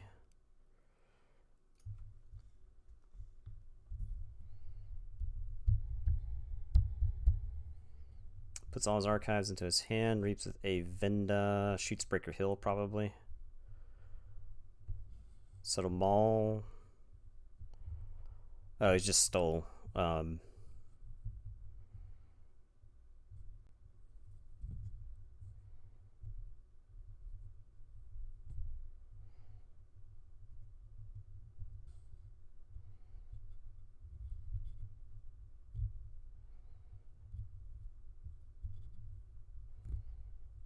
Kaimor Eclipsed. Ogopogo, Schuler, Ronnie, and Dr. Millie. Okay. Pestering Blow to Tesmal. Okay.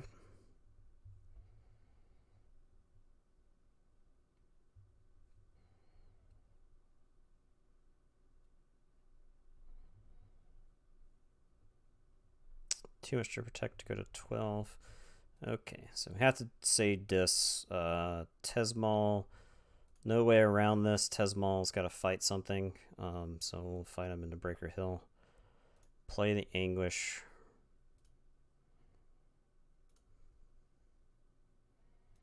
Play the Exhume. Gengar Chieftain. Play it to the right. Choose the Gengar Chieftain to click the Anguish into the Venda. Okay, his keys cost 14.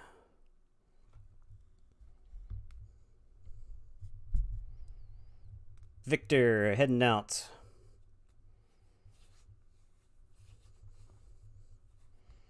Appreciate you stopping by, Victor. Game's a little bit long. This game's going forever, but games went slightly longer, not quite 30 minutes a game, but done some talking. But yeah.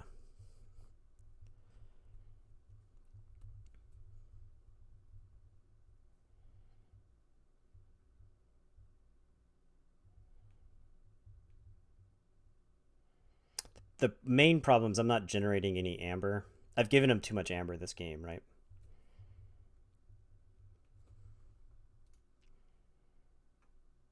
Oh, I discarded Schuler. I actually needed Schuler.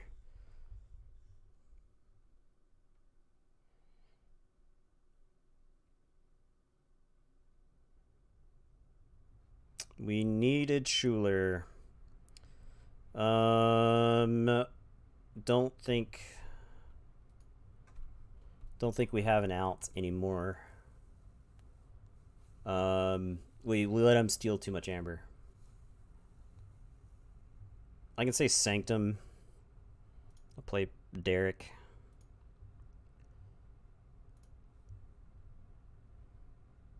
We discard Opal Knight since it kills all my guys. And then we reap.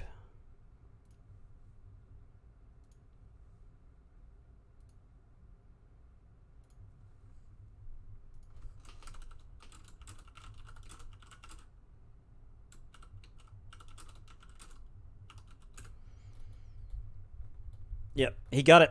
Definitely outplayed in that game. Played right into interdimensional graph. Played right into TMTP. Stole 5 and 4, something along those lines. And yeah, you just can't have 9 amber taken from you in a game. Played it very well. He kept grinding away with the Saurians, right? I was trying to play around the exile and ended up playing into the other 2 cards, right? So definitely my mistake in that game. Chances are I probably should have gotten rid of the Saurus Rex earlier. I felt like I had so much more priority stuff to get rid of. I felt like eventually he'd run out of Saurian stuff. But yeah, it was a real good game. Thought it was never going to end. Yeah. I was actually, if you go back and watch, I was thinking you were just going to run out of Saurian value, right? I was just going to let you. Oh, that's cool. I'm glad you discovered something about the deck then, because I underrated the Rex because I felt like I answered a lot of this stuff, and I was like trying to play around the exile. I didn't want you to exile, um, and just get a bunch of amber from that. Perhaps I should have let you. I don't know. If so it's very possible that I probably should have just let you exile, because I would make it up eventually in the game through the Grump Buggy.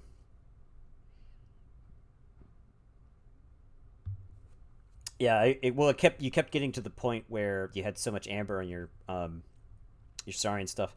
I could never quite kill all of the Saurian stuff, I guess, was the major problem there. I could have used the Shadow to Dis earlier in the game. I think with the Shadow to Dis, or Shadow of Dis, I could have forced my second key faster, because I'd be less worried about Eddie and I'd be less worried about Ronnie. So, yeah, great game overall. It's possible the candle unit, using the harder they fall on the candle unit was a mistake. Saving the harder they fall for Saurus Rex may have been better. I had a chance. I could have killed the Saurus Rex instead of the Stenopius. That may have been the play mistake. Killing the Saurus Rex instead of the Stenopius. I was afraid of the exile again. So, okay, that does it for night 1. I'll check in. I'll do some stuff. I'll check in tomorrow, see who all the alternates were. Looks like Victor, Tezca, the Poca, Kelly's Unique, and Lord of Winter are all down to play for tomorrow. Yeah, this was a lot of fun. Definitely a departure from what we normally do, but glad that we could still put something entertaining in front of everybody in the meantime. So, appreciate everybody stopping by tonight. We got through it without a rant. Imagine how long this would have been had I ranted the whole time.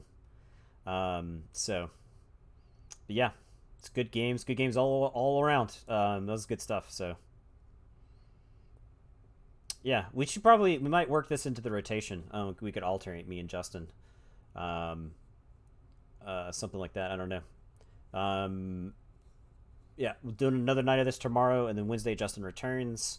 Wednesday's looking to shape up like a banker. So, yeah. Michael Bay is good. Banned. New viewer, Michael Bay is God banned. So, wasn't you. All right, let's see if we can find. Let's find some outro music. Okay. So, I'm gonna shut it down here. Appreciate everybody stopping by. Appreciate the subs. A lot of fun tonight. A little bit longer than normal, but I streamed so much Keyforge this weekend. Okay, everybody. Good night.